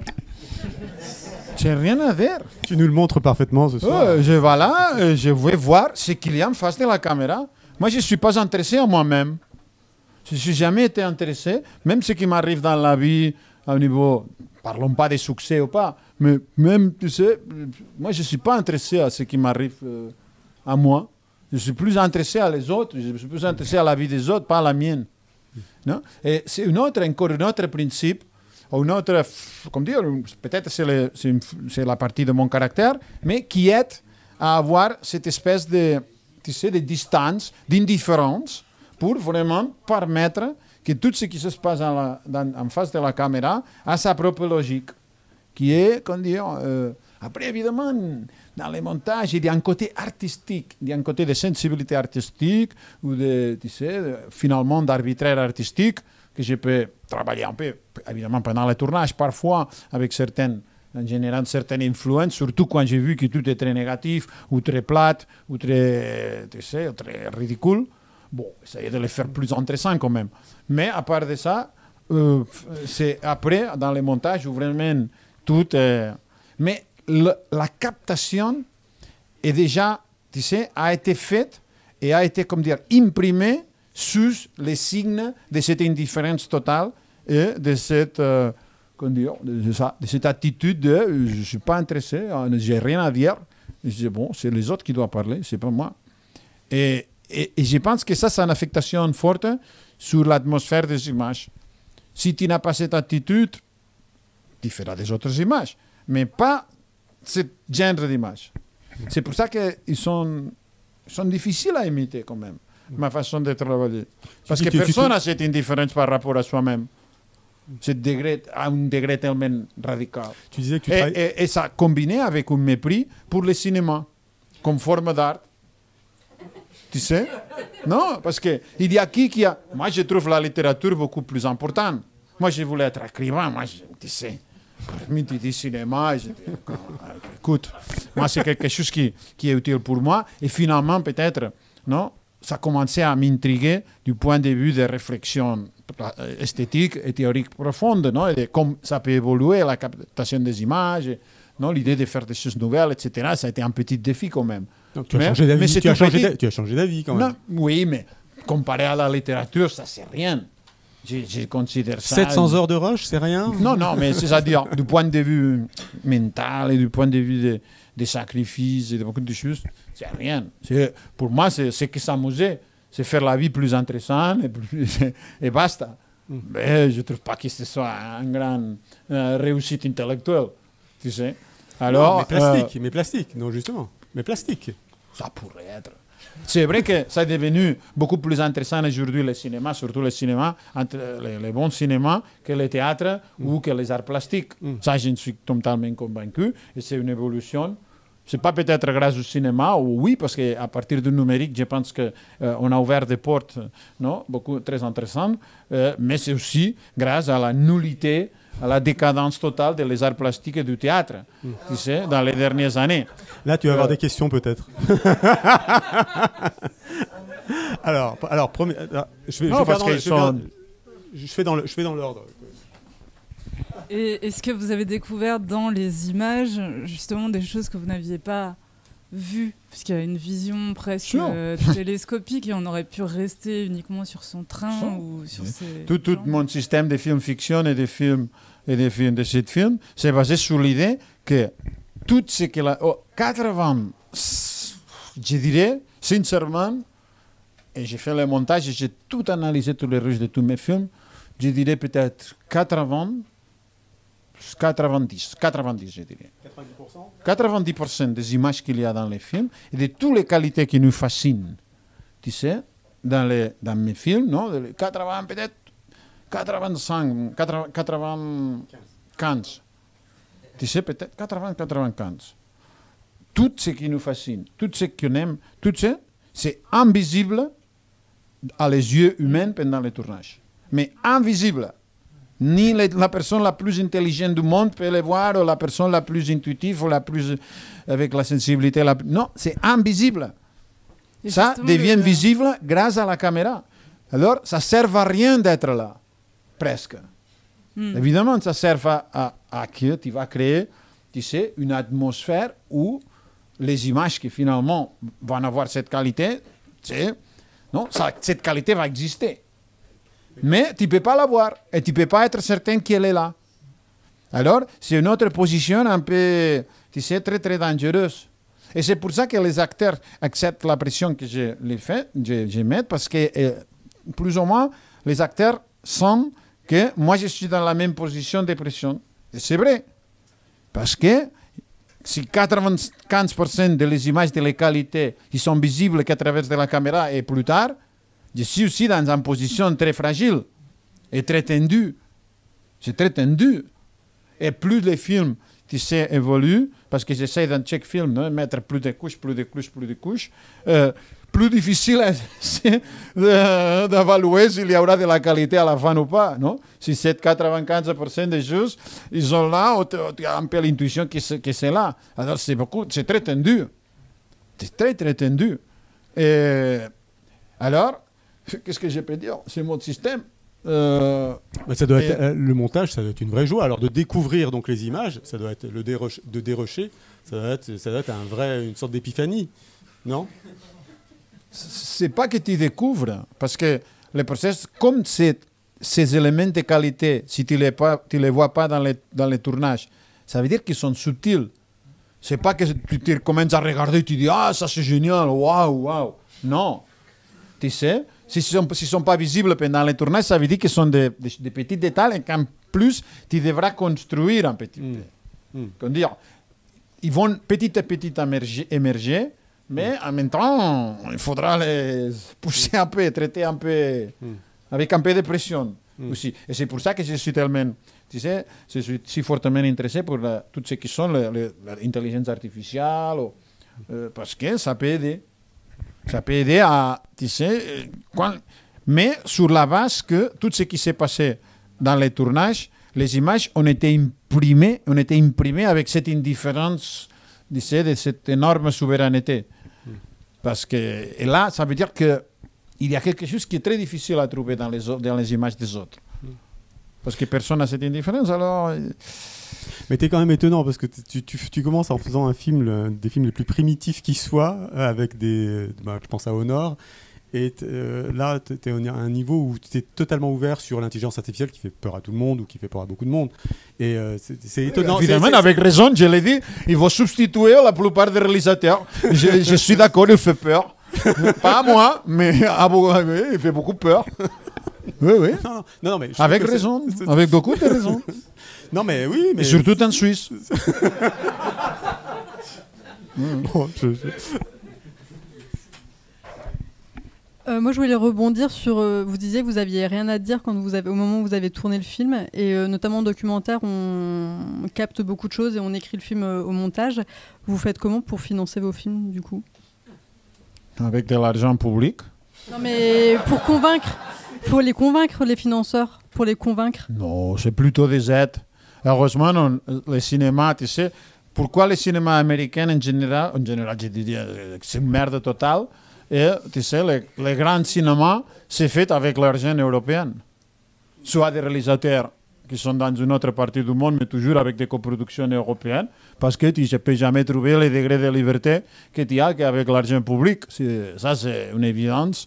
Et tous les gens qui, je sais pas, qui ne comprennent pas ça, c'est-à-dire toute l'évolution du cinéma contemporain de partir des années 60, peut-être plus tard, mais légèrement, c'est-à-dire...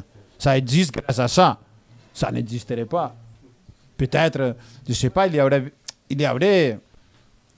des choses, évidemment, sans ça. Mais il y a beaucoup de films qui ne seraient simplement pas possibles. Parce que pour faire quelque chose qui est cher, mais qui est difficile, ou qui peut arriver à être très, très difficile à comprendre ou à être... admirer ou être, tu sais.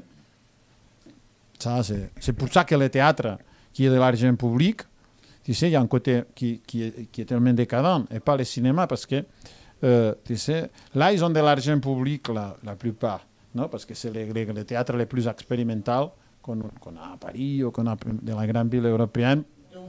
La plupart sont financés pour de l'argent public. Alors, là, mais... Tu sais, l'argent public, c'est devenu, comment dire, en théâtre, c'est devenu très conservateur, tu sais, et la même idée de faire un spectacle live, tu sais, où tu as besoin de l'applaudissement du public, c'est quelque chose de très dangereux.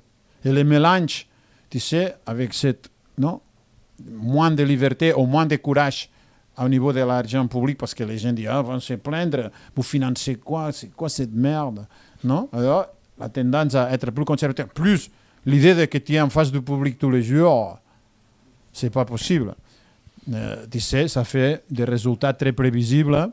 C'est impossible, par exemple, aujourd'hui, de voir une pièce de théâtre dans un théâtre public en Europe qui soit pas politiquement correcte, c'est-à-dire qui défende des valeurs qui sont, je ne sais pas, une apologie de Marquis de Sade, par exemple, mais vraiment, ou une apologie du nazi.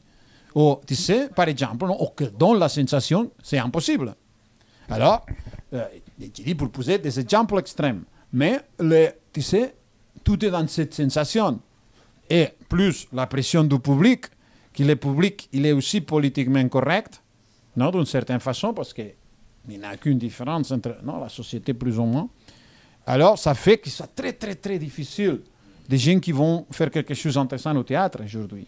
On t'a proposé, toi, de faire des choses au théâtre? Oui, j'ai fait parfois. Mais tu dois faire des choses qui vont dans les côtés hyper esthétisants et qui touchent vraiment rien, parce que tu peux pas. Mais avec le cinéma, tu peux, parce que pendant les tournages, d'abord, l'argent public est donné, et il va arriver les films après 3 ans. Personne ne s'occupe parce qu'ils sont déjà en train de donner des autres projets, tu sais, ils t'ont oublié. Et personne jamais, tu sais, n'en a jamais. Tu peux faire ce que tu veux finalement, non? Et aussi, il y a cette calme que les acteurs sont dans les tournages, tu sais, personne ne les regarde, personne ne les juge, tu sais. Et moi, je suis spécialement doué pour créer la sensation dans les acteurs que personne ne les juge, oui, que vraiment ils sont. Et c'est pour ça qu'ils sont aussi capables de risquer plus. Moi, j'aime bien quand les acteurs, et c'est ça que je pousse, qui font des choses très diverses. Évidemment que, quand même qu'ils essayent des choses très diverses. Il y aura plein de choses qui sont ridicules, ils sont pathétiques. Non? J'ai des rushes pathétiques, des acteurs qui sont tellement. Mais ils ont essayé, quand même. Et parfois, tu dis, parfois dans mes films et dans le cinéma contemporain, tu sais, la ligne qui sépare les sublimes de les grotesques est de plus en plus fine. Tu sais, parce que tout a évolué d'une façon très sophistiquée au niveau d'image et de captation des images. Alors, tu sais, c'est nécessaire que l'acteur arrive à risquer. Mais c'est quel acteur qui va faire quelque chose de pathétique dans un théâtre? Pathétique dans le sens qu'on comprenne, non? Que c'est ridicule, très mauvais, personne. Tout doit être parfaitement contrôlé, tu sais, qui a une espèce d'effet, tu sais, comment dire, d'anesthésie, sur la. Parce qu'ils ne sont pas capables. C'est quel acteur, tu sais, qui va sur les scènes, qui sort sur les scènes et qui adore que les gens, à la fin de l'œuvre de théâtre, il n'a pas aimé, il n'a pas compris, il a détesté et ils sont très fâchés. C'est qui aime ça? C'est-à-dire, c'est difficile à accepter. Il acceptait tous les jours, tu sais. En plus, mais dans le cinéma, non. Tu peux tout essayer, moi dans mon système de travail, et j'aime ça, et je pousse pour ça. Mais on ne va pas être jugé. Si tu as 500 heures de rushes, comme dans les derniers films, le film va être 12h30, tu ne vas pas être jugé pour les 480, tu sais, 18 heures qui restent. Est-ce que tu as vu une seule rush de John Ford ou de n'importe quel réalisateur? Non, tu as vu le film fini et point, basta. Alors, tu sais, et ça donne une liberté dans le cinéma actuel, plus la technologie utilisée dans les bonnes directions. Tu sais, plus tu sais, une espèce de, comment dire, d'autoconscience, ou une autoconscience pour essayer de trouver quelle est la spécificité du cinéma par rapport, tu sais, à les plateformes ou les séries ou des autres formes d'audiovisuel. Tu sais, une obsession pour mettre de la pression sur et voir exactement qu'est-ce que c'est ça. Et ça fait que, et avec tout ce temps, toutes ces possibilités d'être plus relâché avec l'argent public, de vraiment aller dans les côtés, je ne dirais pas expérimentation, mais, parce qu'on donne des réalités, mais qu'on prend des risques, c'est ça. On prend des risques. Pas beaucoup de risques économiques, parce que, comme j'ai dit, c'est. Mais quand même. Bonsoir. En fait, moi, j'ai beaucoup aimé Pacifiction et Tardez et Soledad parce que je pense qu'en plus de faire un film, vous poussez aussi le spectateur à penser le cinéma. Et moi, je me fais beaucoup de réflexions en fait vis-à-vis du numérique et j'ai l'impression que c'est l'un des outils techniques qui a été le plus difficile à apprivoiser pour les réalisateurs, ce qui fait que j'ai un peu l'impression que durant les 20 dernières années, les films sont moins bons. En fait, j'avais envie de savoir, est-ce que pour vous, le cinéma du futur, comme vous avez parlé tout à l'heure, ce serait enterrer définitivement la pellicule, par exemple? Donc voilà. Bonne question. Je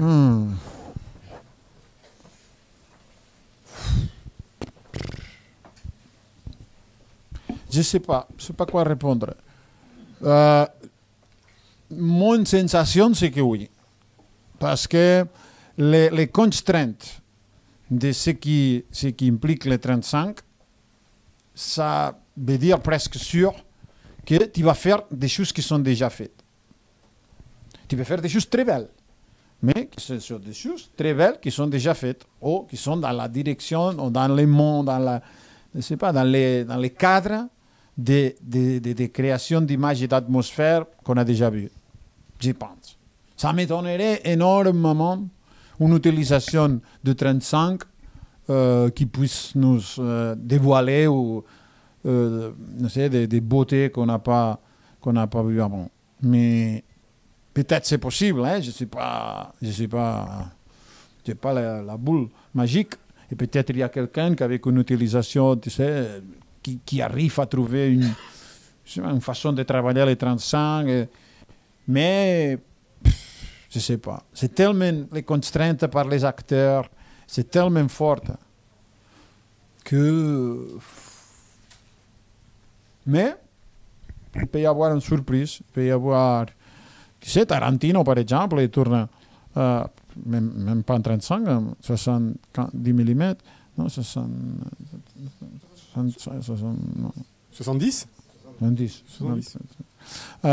et il arrive à.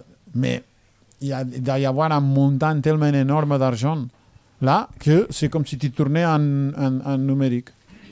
Parce que le fait de tourner en numérique, ça n'a aucune différence pour lui. Et ça peut donner des choses, il a évolué de certaines choses. En même temps, il est très inégal, ça c'est notre problème. Tu sais, il fait des films géniaux et des films qui sont complètement nuls. Non? Dernier film génial de Tarantino alors? Les dernières, moi j'aime beaucoup. Il y a une seule scène que j'aime pas, c'est la scène de Bruce Lee que je la trouve un peu longue. Mais à part de cette scène, il y a des choses géniales. Évidemment, c'est toujours copié ici et là un petit peu, mais le total de la copie, non, c'est piqué de plusieurs lieux, mais l'ensemble est original en soi. Tu as envie de tourner avec des stars, toi?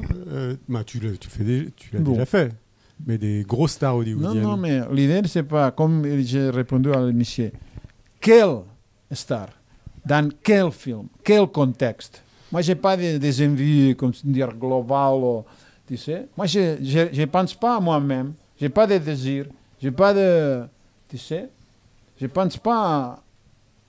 Je ne m'occupe pas de moi-même. C'est pour ça que je n'ai pas de désir de travailler avec des stars. Tu me dis, tu as besoin, tu as envie de travailler avec cette star, avec ce scénario concret. Et je dis, comment? Je vais réfléchir, je ne sais pas. Mais comme ça, en abstraction, non. Ni oui, ni non. Je ne sais pas, je n'y pense pas. Question, peut-être une dernière question. Ouais, alors, oula.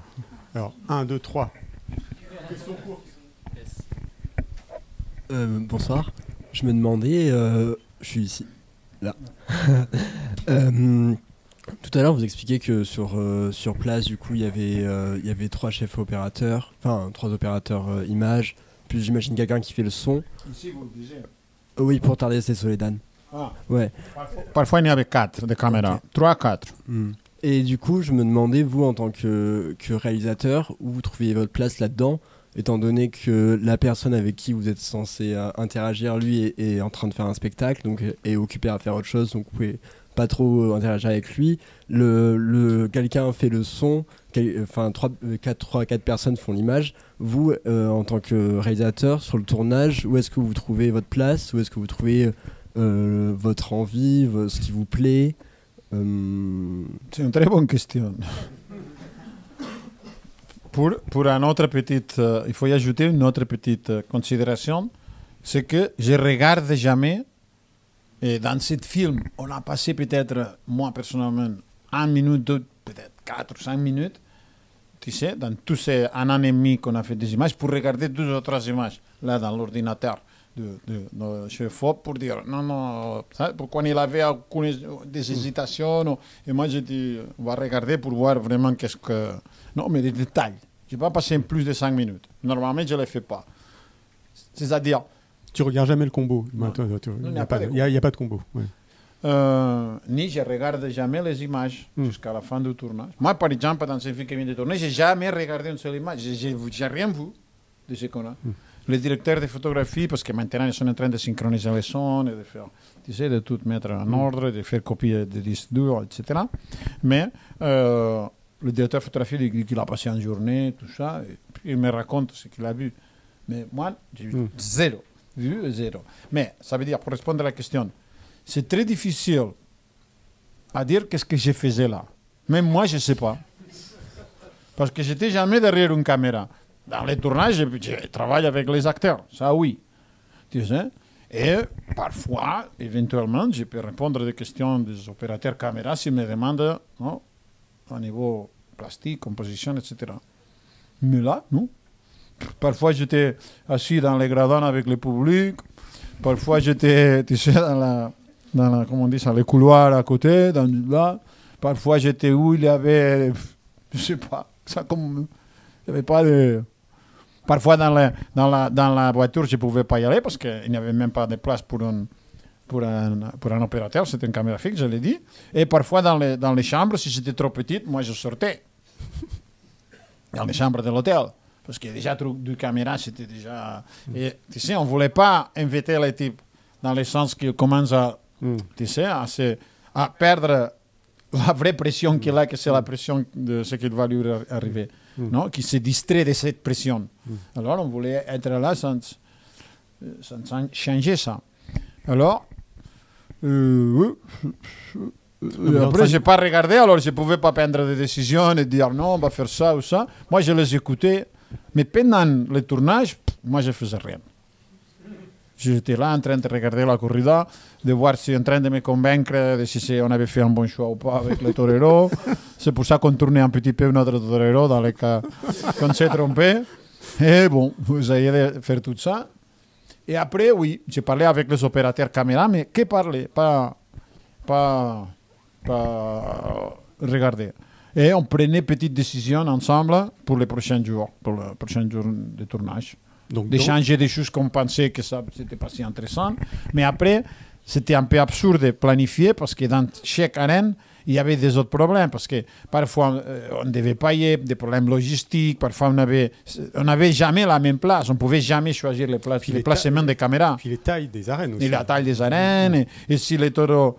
Si les types tourner dans un côté ou l'autre, ça c'est impossible de prévoir, malgré qu'ils ont tendance à le faire dans un côté, mais on ne sait jamais. Alors, c'était vraiment faire confiance à cette puissance, plus que jamais, de la caméra pour capter des choses.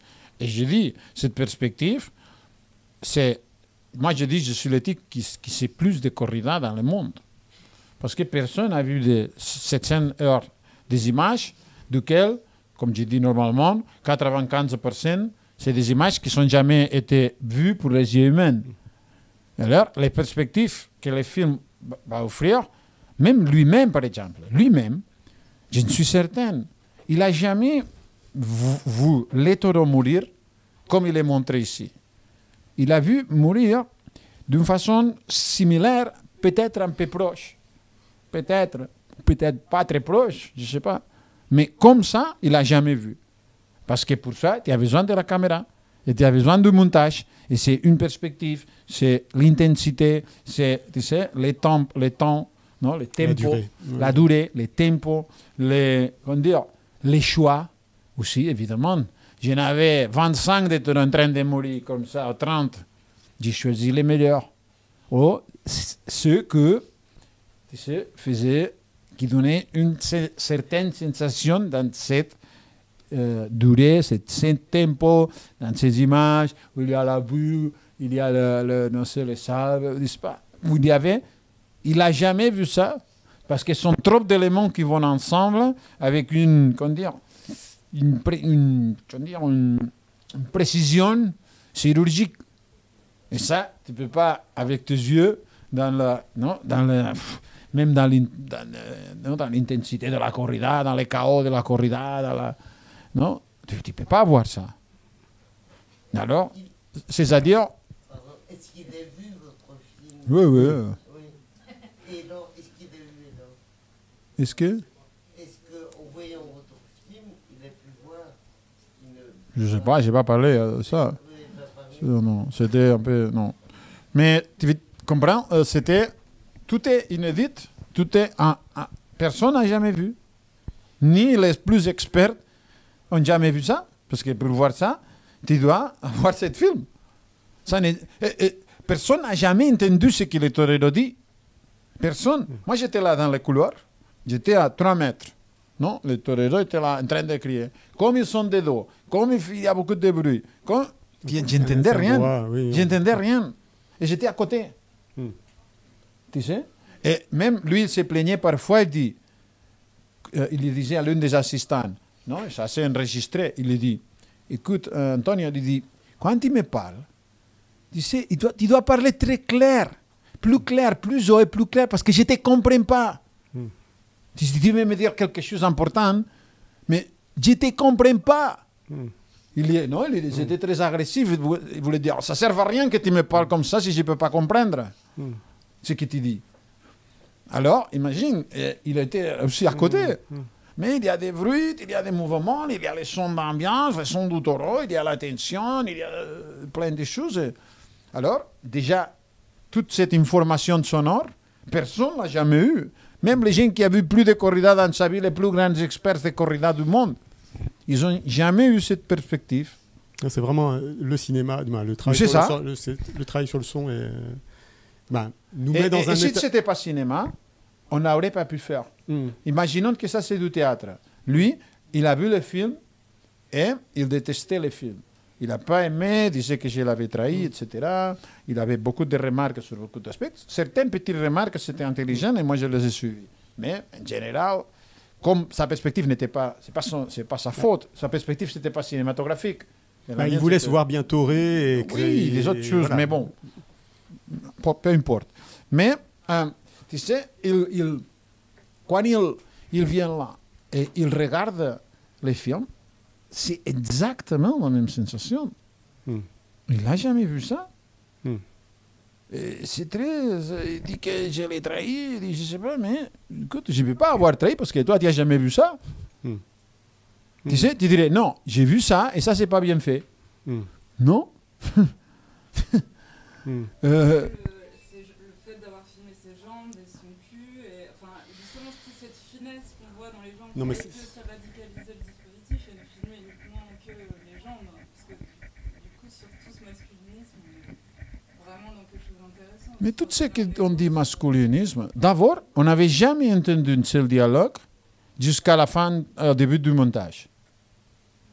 Alors, on n'a jamais, ni parce qu'avec les images, parfois, le directeur de photographie vérifie un petit peu pour voir que tout est OK, qu'est-ce que vraiment on est en train de faire. Mais le son, non. Il y avait je ne sais pas combien de pistes, tous les toreros portaient des microphones sans fil, etc. Tu sais, on téléchargeait tous les matériels et personne ne l'écoutait. On va voir après. Alors, on dit, cette masculinité, bon, je dis, très bien, mais nous, les phrases, on les a découvertes au montage. C'est pas qu'on l'a cherché comme ça, on n'avait jamais entendu rien de ce qu'il dit. Moi, je n'avais jamais entendu les mots dans l'arène, et moi j'étais proche, cojones, jamais. Et là, vous avez une toute petite, je n'ai enlevé pas mal, dans des matériels qui est synchronisé dans les moments de captation qu'on voit là. Moi, je n'ai jamais entendu ça.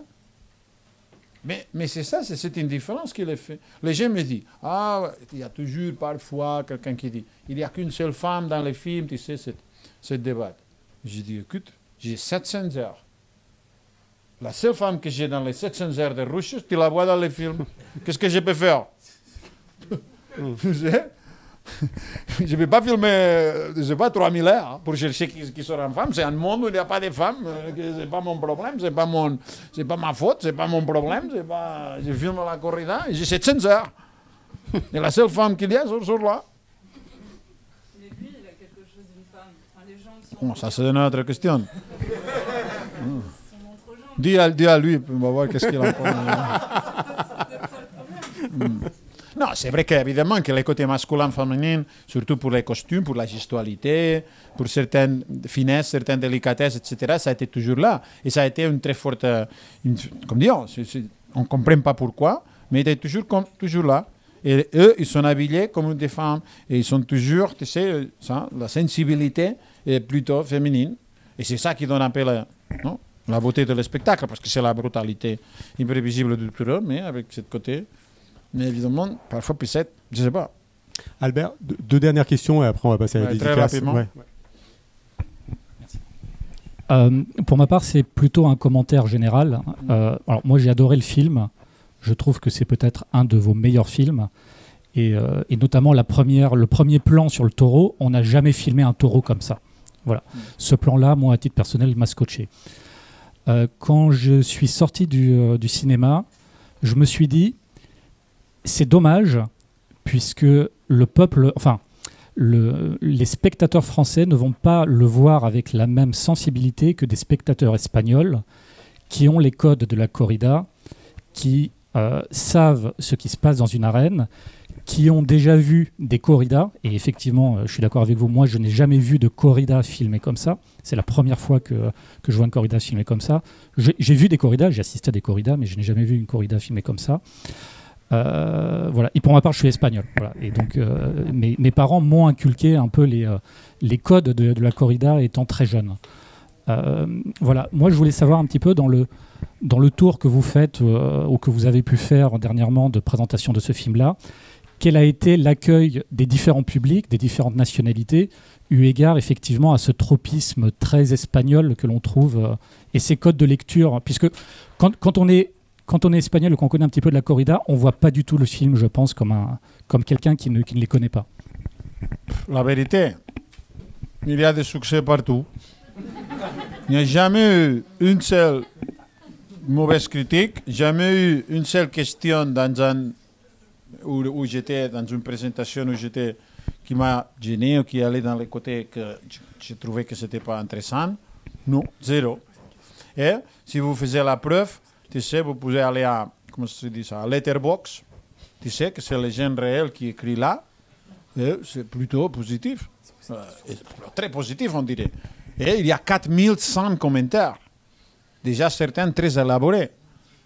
Alors, je ne sais pas. Juste personnellement, moi j'ai que des bons... Mais au-delà du fait qu'ils soient bons ou mauvais, est-ce qu'ils ont compris certaines scènes, certaines choses que l'on peut comprendre que si on connaît un petit peu le... Peut-être non, mais tu sais, il y a d'abord certaines beautés des dialogues, c'est très difficile à traduire, même avec des sous-titres, et il y a des choses qu'on perd, tu sais. Les côtés, par exemple, la vida no eso es, la vida no vale nada. Comment on traduit ça en français? C'est très difficile de faire. Parce que si tu disais la vie ne vaut rien, non. C'est-à-dire, la vie ne vaut rien, c'est l'idée en français que la vie c'est merde. Et il dit pas ça. Il dit la vida no vale nada, c'est-à-dire que la vie, on l'a traduit nous, la vie ne pèse rien.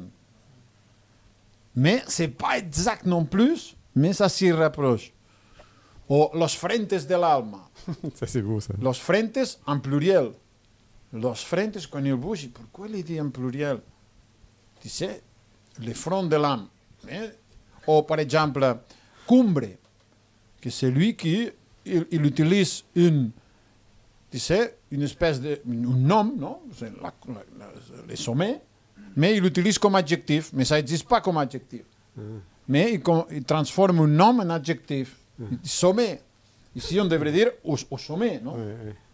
Mais il dit sommet. Et si tu le mets dans sous-titres, on dira qu'il y a une erreur de sous-titres. Non? Parce que sommet, en soi, ne veut dire rien. Mais là, en espagnol, tu comprends que c'est lui qui a ce côté de poésie populaire et qui transforme. ¿No? Avec quelle vérité tu as tué les... ¿no? Con qué verdad has matado? Ça, c'est la traduction, ça pourrait être assez proche. Avec quelle vérité, ¿no? Con qué verdad has matado los toros? Verdad plena. Tu dis, ça veut dire quoi?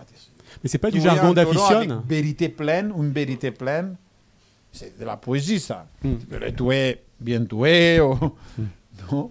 Mais avec une vérité, ça veut dire quoi, tuer avec vérité? Qu'il est mort. Oui, mais si tu dis tuer, il sera toujours mort. Non? Alors, tuer avec une vérité pleine, tu sais, non? Évidemment, il y a plein de... Déjà, que dans les dialogues, d'éléments que si on est espagnol, peut-être on peut arriver à comprendre mieux l'originalité surtout. Et surtout l'esprit de poésie populaire. C'est du côté Andalousie, du sud de l'Espagne, un côté à la Lorca, on pourrait dire, mais c'est ce genre de personnes qui sont douées Vous avez ce duende, non? Mais eux, pour faire des petites phrases, même pour moi, je trouve assez comique, beaucoup, tout ce qui est lié à les couilles, pour moi, c'est comique. Mais c'est comique, mais c'est beau. Parce que c'est comique, parce que c'est mis dans un contexte hyper tragique et hyper, non? Plein d'horreur. Et mettre des phrases qui sont une blague dans les, tu sais, dans des moments de cette horreur, de cette transcendance, même transcendance morale, pour moi c'est drôle. Et c'était intéressant du point de vue cinématographique. Et c'est ça que j'ai lisé un entretien avec cet écrivain qui s'appelle James Ellroy. Il m'a beaucoup marqué ça.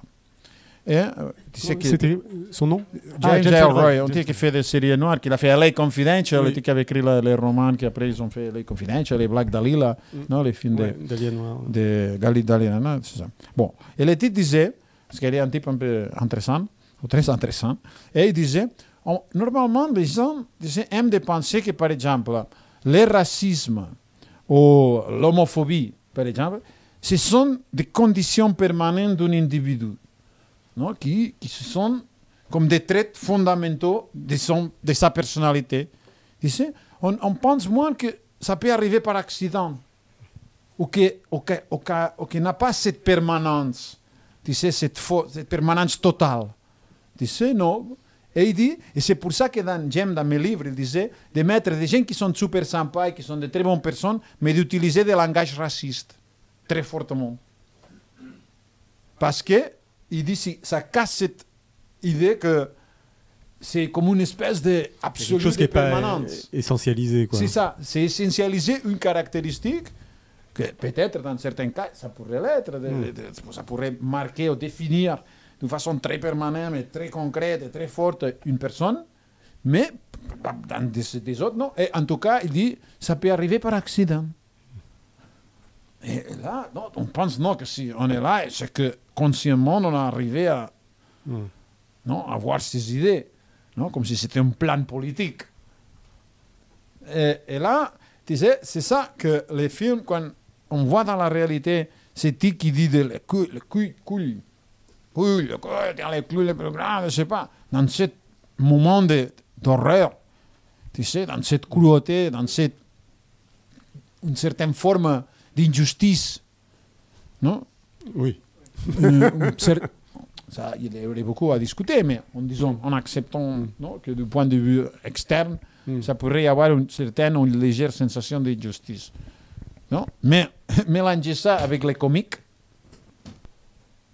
et c'est ça qui fait, pour moi, la grandeur de le film et du cinéma contemporain aussi. Qu'on peut y aller plus loin de ça. Et ça, désessentialiser beaucoup des caractéristiques du personnage, des idées reçues, parce que la complexité de la façon avec laquelle il est tourné nous donne beaucoup de contradictions difficiles à gérer du point de vue mental, et surtout avec le cinéma, parce que c'est un thème réel. Tu ne peux pas l'arrêter. Bon, avec le DVD, oui, mais tu ne peux pas... Tu dois assumer. Albert, si on s'arrête là, ça te va? Merci beaucoup, merci beaucoup.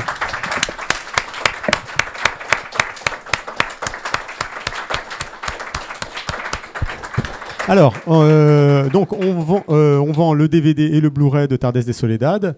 Tu veux bien les dédicacer, faire une petite griffe. Donc on va se mettre, on peut se mettre là?